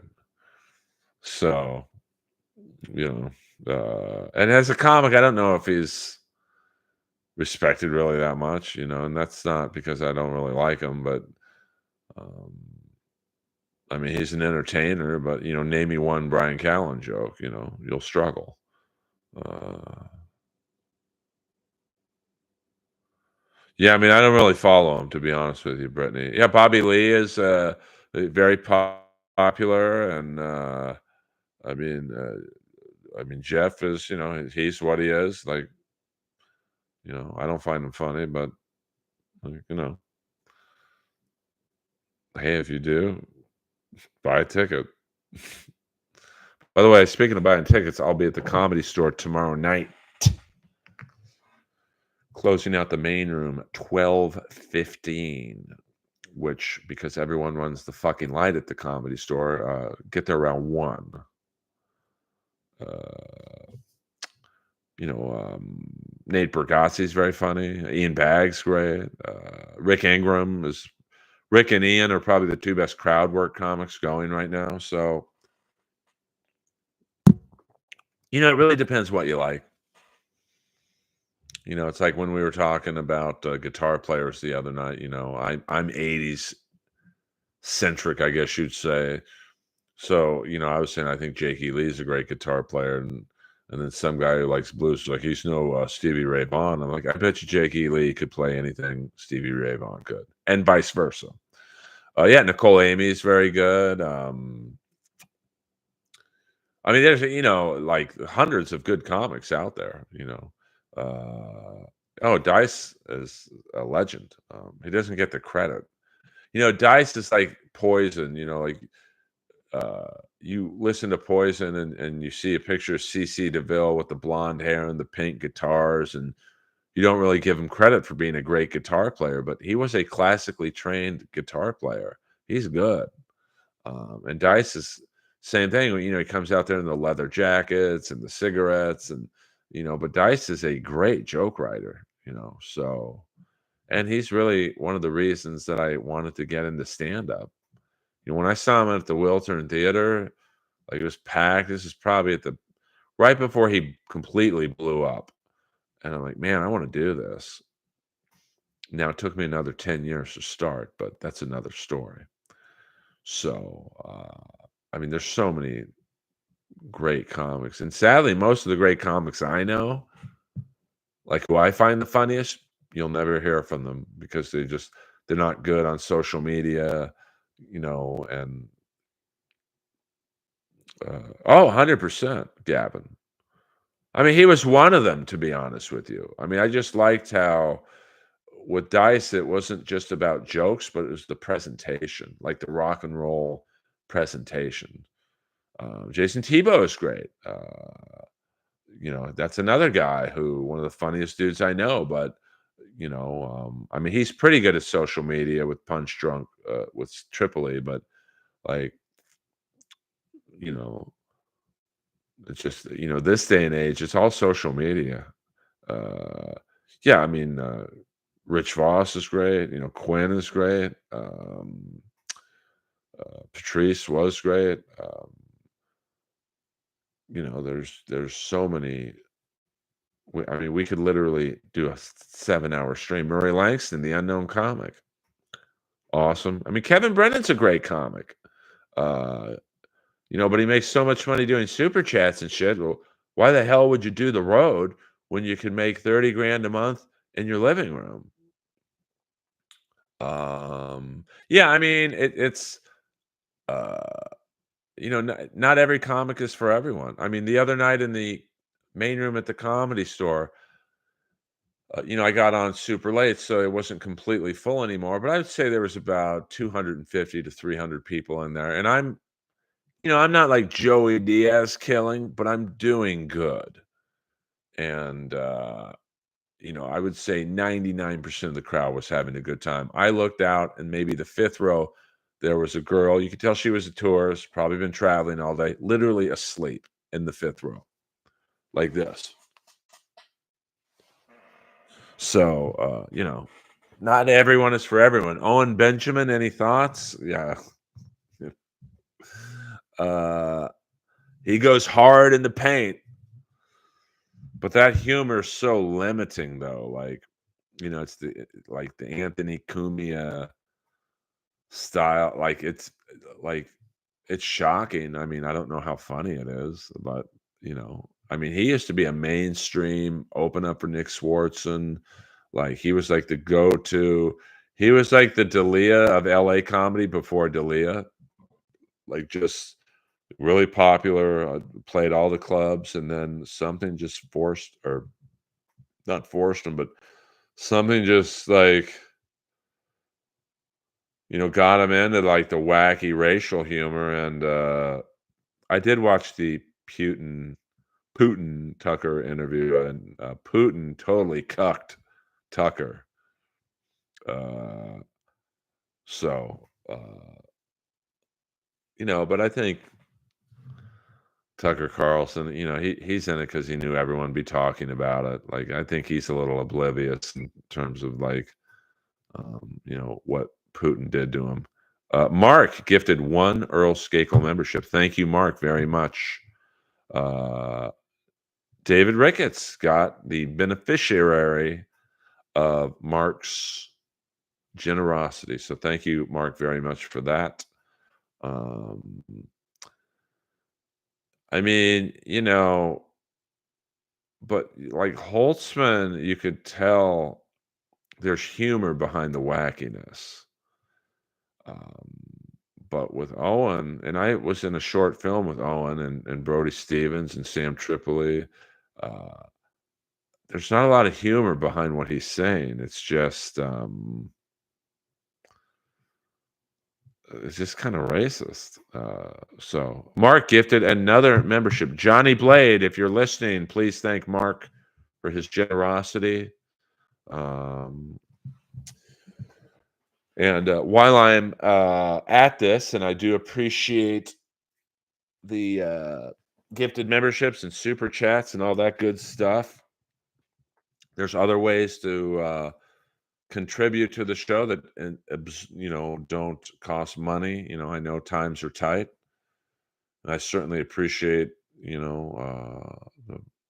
videos, the watch ads, and the stream, the super chats and whatnot. But just like someone in the chat, let me thank you, has been tweeting.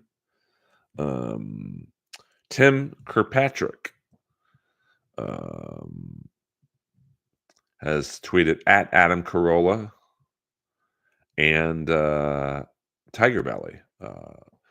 So, if you have a show you want to see me on, like a podcast, which are the new shows, Adam Carolla show, the Tiger Belly, Joe Rogan, if you tweet at him, probably not going to get me on, but it might. I'm pretty friendly with all the. Oh, thank you, Boulder Johnny. Thank you, Tim.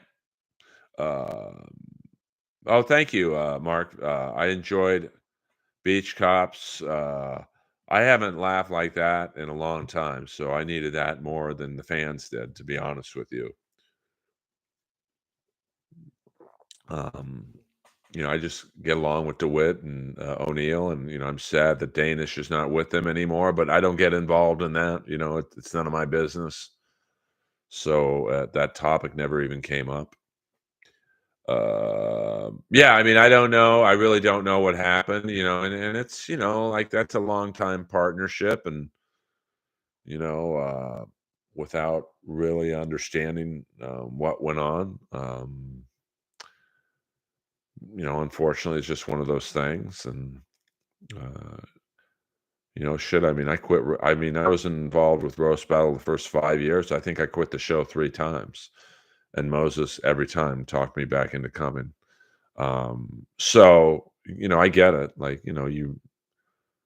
they either I'll guess it.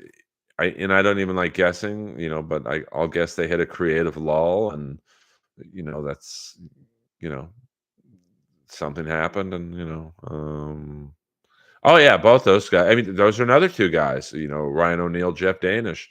Like, they kill at the store. I've never seen either one have a bad set. And I've seen them a lot. I've actually seen them do stand up a lot.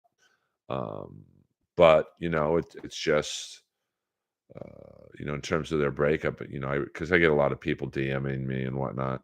I honestly don't know. Um, so and it's hard, when you have Danish schedule, O'Neill's schedule, DeWitt's schedule. It's very hard to um, keep going for years on years on years. Like, you kind of lose your oomph.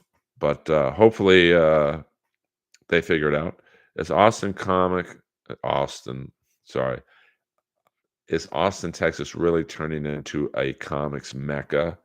Uh, I mean, I don't know what you consider mecca, because no one goes to Austin to make it. You still got to come to LA. Even New York comics, they got to come to LA. But I think if you're into strictly the money, excuse me, it's a great place to go. I mean, you've got the mothership, but it's hard to get into the mothership. They just don't like, outside of Kill Tony, you got to be a pretty legit comic to get stage time there. Because not only does Adam have to pass you, Rogan has, from what I understand, final approval. You got Red Band's Comedy Club, and you got tons of bar shows. I mean, I know 2 Comedy Store door guys who were making minimum wage here, nothing really going on. They go there and they're making 6 figures each, hosting gigs, running shows. There's a lot of bar shows in Austin. Um, so, and you got the Creek in the Cave, you got Cap City, you got a couple other comedy clubs nearby. So it's definitely a hotbed for sure. Whether it stays that way, I don't know. But I've done comedy there once at the Falcon Gas Company, Red Band's Secret Show. I had a good time. Was treated very well there, which I was nervous about, because I had heard that the Austin comics were getting a little standoffish with all the LA comics taking over. But hey, be a better comic and they won't take over your spot. I've never done a 23andMe, Gavin. I mean, I know my parents had remnants of Dutch, some Czech Republic, Irish Catholic, so Ireland. So I'm sure there were some UK roots. Well,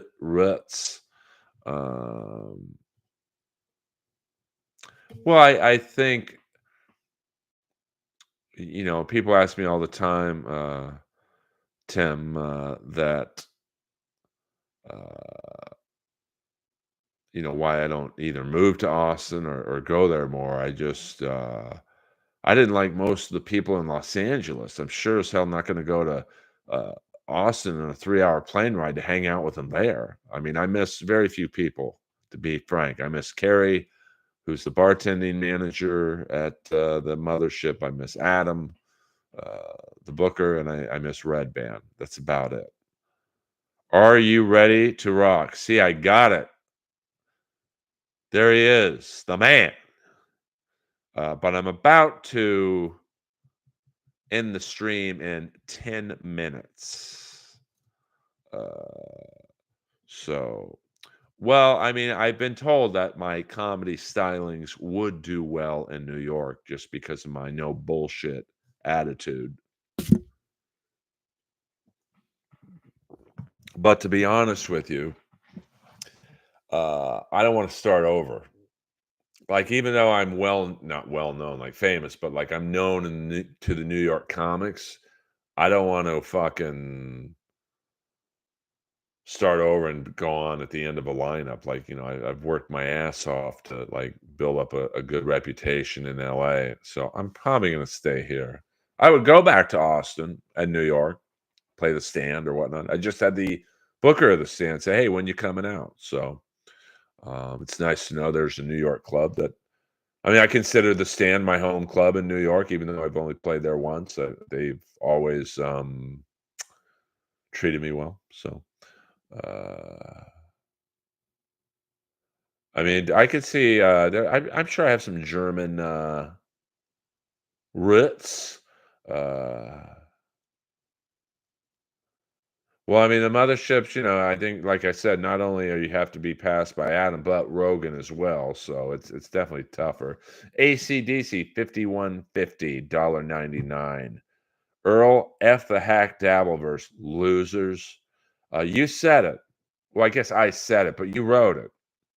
You are Desmond Child, and I'm Bon Jovi. Um, I mean, I don't think I'd have to start over necessarily, but it's not like I could walk into the cellar and go, "Hey, Comedy Store paid regular here. I want to go on now." You'd be like, "You'll go on at 2:30." I'm good on that. I'm 55. I'm not doing that shit. Or if I walked into the stand, even though I'm well liked, you'll be going on after Mark Norman and Big J and Luis Gomez and this and that. Like, okay, I'll wait at the stand because I like it. But like tomorrow night, I go up at the Comedy Store. I'm closing out the show. I'm making $500-600 because you split the door with the comics in the main room. There's only 5 or 6 comics on the show because they split up the shows now. I'm good with that. Mark gifting another membership. Thank you very much, Mark. Who was the Clara Bixby? Please thank Mark for his generosity.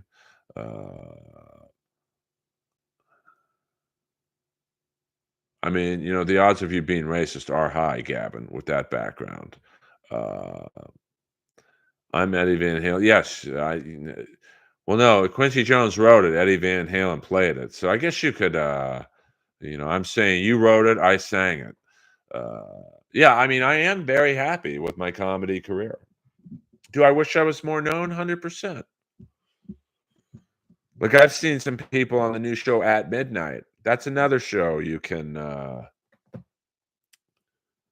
if you want to tweet out, "Hey, can we see Earl Skakel?" I do have a nice fur coat, Jay Santos. Oh, I appreciate that. Are you ready to rock? Sorry, it took me 12 streams to get your name right. But that's when I talk about. Thank you, Mark, very much. I appreciate it. There are. Let me thank my tippers here before I say what I'm about to say. Thank you, J-Man Jack, Gavin House, Boulder Johnny, Wayne Fraser, Mark, gifting several memberships, AC/DC.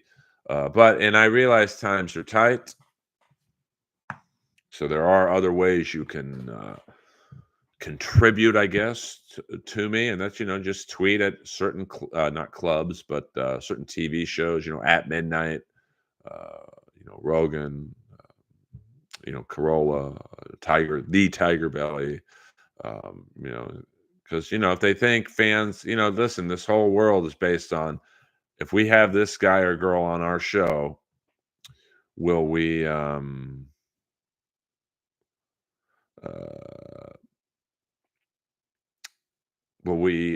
will his followers watch? Gavin, I'm on PayPal right now. Just for yeah, you're right. YouTube does take a 30% cut, and then you got to pay taxes on the other 70%. So, but it's still, I'm happy with that. Gavin House, Earl, name one place you want to visit on a holiday. Well, oddly enough, I know the shopping in the UK is amazing. The John Varvatos store is like 4 stories. So I'd like to visit the John Varvatos store in London. Hawaii, even though I don't suntan, I would love to visit Hawaii. I am on PayPal, and I don't want anyone to send me money, but my PayPal is just and then Patreon is my Patreon. I'm very proud of the shit I put on my Patreon, but I think right now I'm concentrating on the streams and I guess, the super chats or whatever. But David Ricketts, $4.99. The man who found me Tank, the biggest dog I've ever seen in my life, is the OJ joke in the special. That's my favorite bit. Indeed, it will be. Indeed, it will be. No, I get it. I mean, and I know some people in the dabble land.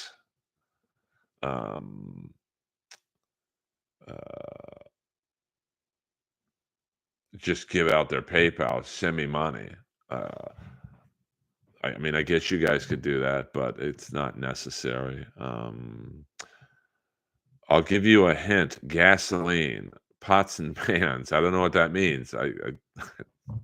Hello, you must be new to the chat. Identify yourself. Dunham City, historical town, one of the most renowned cathedrals is where I live. Metal detecting in my area is great. Viking Roman, the lot.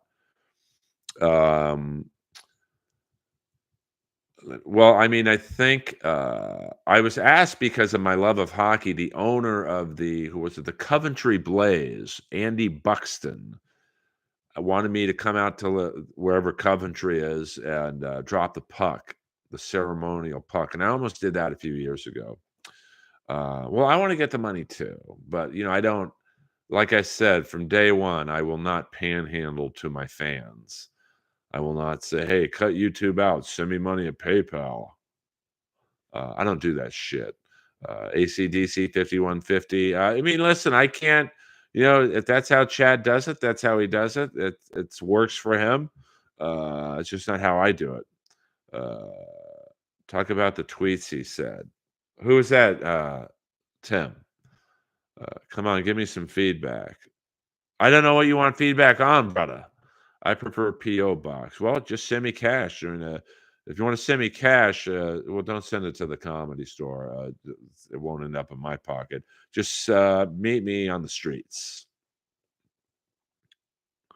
Well, I think when I was really, I have a few Eric Cairns Game Worn London Knights shirts. I have a few Wade Belak Coventry Blaze shirts. Well, I appreciate that, Gavin. But they were hiring American tough guys to come over to the UK and fight. Jeremy Cornish, John Craighead. I have a few John Craighead Nottingham Panthers shirts.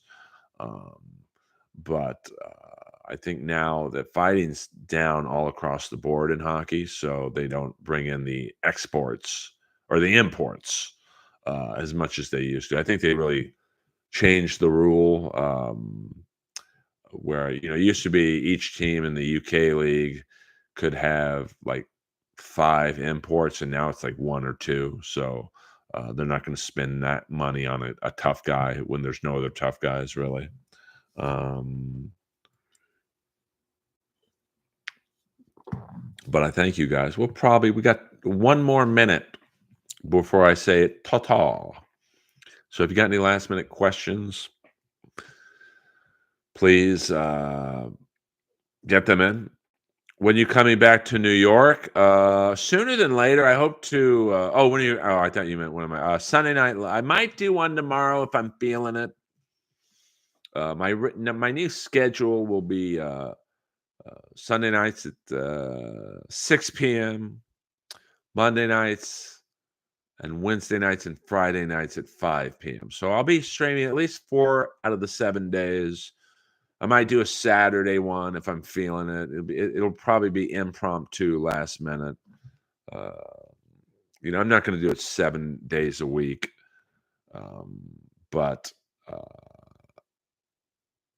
Jordan made that thumbnail, and so I'm doing better at. And I've got the time to do it 7 days a week, but then that's just a fucking cash grab. Like, give me your money, give me your money, give me your money, give me your money, and I won't do that.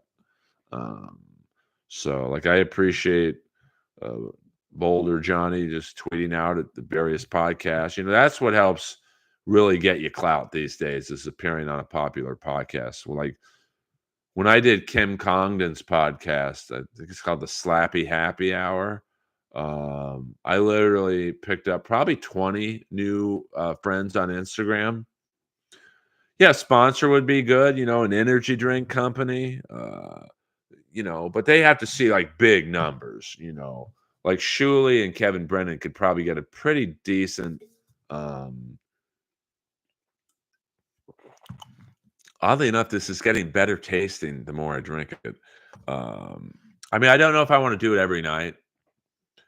But I might do like maybe on like a Tuesday night, a half-hour stream, I mean, this one's 2 hours just because we got rolling. And really, this is a talk show where you guys are asking me questions. I think the popular misnomer about streaming is like I'm asking you guys questions, but it's really the other way around. So I do appreciate you guys more than you probably know. So this has been Earl Skakel in the Earlverse. Oh, are you ready? Believe me, that's the, some people stream for the money, and there's nothing wrong with that. If you provide a service or a product, and the product in this case is talking, you should get paid for it. My intentions are pretty open. I'm trying to build up my name, and to have people go, who is this guy? I'll either super chat him because I find him funny, or I will go to the Comedy Store when I'm in Los Angeles, or I will support him in some other way. Like I just put out the Carl Weathers 8-minute chunk that I did at the Comedy Store the other night. So you guys can help me by watching that. I've done Your Mom's House twice. I would love to be back on it. That's another podcast that absolutely would help me. Any chance of getting Cassio on the stream? I don't really do guests on the stream, but I would absolutely have Cassio on the podcast. I know Tom and Christina. I know Christina better than I do Tom, but I believe I was in Tom's. I don't know if it was his first special, but he asked me to be in the opening of a special. I don't know, maybe about 15 years ago. I'm not sure if it ever made it in there. Well, the last time I was on Your Mom's House, this was when Tom was doing the Mystic Rick thing, that he hates wrestling and wrestling's not real. And he had contacted me saying, hey, will you come on Defending Pro Wrestling? So I went on. I went nuts. I was in total. Do you want me in character or do you want me as Earl? He's like, well, do a little bit of both. So I got into Tom's face in character and called him fat. And he kind of shot me a look like, hey, motherfucker. He didn't say anything, but, it's kind of like that one wrestling promo. I don't think I was ever on Boner City, so it's probably Danish and O'Neill. No, but I mean, he wanted me in character, so it was like that one wrestling promo between Will Ospreay and Kenny Omega, and they hit a line, and I can't really do a good Will Ospreay, but it was a standard, promo back and forth, because those guys knew each other from New Japan Pro Wrestling, and Will Ospreay hits this line that you could tell wasn't scripted. He's like, last week, Kenny Omega was out here wearing a dad t-shirt. What's the matter, bruv? Are the abs gone, brother? As you could tell, he was basically calling Kenny Omega fat. And like, the worst thing you could do to someone who works out as much as Kenny Omega does is call them fat. And that's kind of what happened with me and Tom. So I hope he didn't, like, I've never really talked to him since. Although I did see him a couple months ago at the Comedy Store, and he gave me a hug. So maybe I'm just overanalyzing it. I did like the early Kill Tonys. Like, I always like the early versions of shows. Like, early Roast Battle was awesome. Like, before Jeff got there. And yeah, I know I don't like Jeff, but I really do think the show was at its peak when he wasn't there. Because when he got there with his manager, they just tried to change it into something it wasn't, and it was a disaster. But like, when it was just me and Moses, well, it was just Moses in charge, but it was just me and him, and then the battles were bad, and we'd go back and forth, and then the judges slowly, became a factor in the show, and we had the all what wave. You know, it was fun because no one thought the show would get on TV.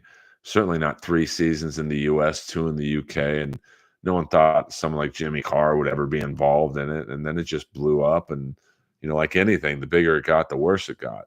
And I think Kill Tony, like, I remember, I don't think it's when the Iron Patriot guy left. I did one of the early episodes after he left, and dude, there was like 25 people in the belly room. I was half empty. But it was a really fun show because we were all just goofing around and fucking around. And now it's just like, I don't know. I just like, I mean, I don't find it funny, but like, obviously people do because it's in arenas. But, oh yeah, I mean, but see, I didn't think I was ever good on Kill Tony from, the standpoint of I was trying to be helpful. Like, I was literally trying to be like, "Oh, you should do that joke this way, and you should do this that way." And like, I yelled at this one guy who he had like 40 seconds, and he bailed on the whatever he was going to say. So he only did 40 seconds, and I was like, "Bro, you shouldn't be up here if you can only do 40 seconds." And like, the crowd was like booing me because I was like actually trying to give him constructive. He probably did. It's probably COVID-14. So no, they were booing me because I wasn't ripping into them. And it's like, I'm not going to bully some open micer who's not good enough to fire back at me. But I don't remember, to be honest. It was one of the earlier ones I did. I think it might have been the first one I paneled on. And it was just like, oh, this is like the Gong Show. You just want, like, I don't know what you want, but I'm not going to give it to you. I mean, the last time I was on Kill Tony was when I came out as Sting, and it was with Sam Roberts and Jim Norton, and Allie McCoskey was on, and she's telling a story about 2 comics who took her to Tijuana. And I interrupted her. I'm like, "Oh, was it D'Elia and Callan?" And like, Tony kicked me under the table. I was like, "Well, there goes those 2 guests. Well, look how right I was." Well, thank you. Are you ready to rock? Tweet at Kill Tony. Well, I mean, I was comedy friends with D'Elia, but I just had to cut the cord.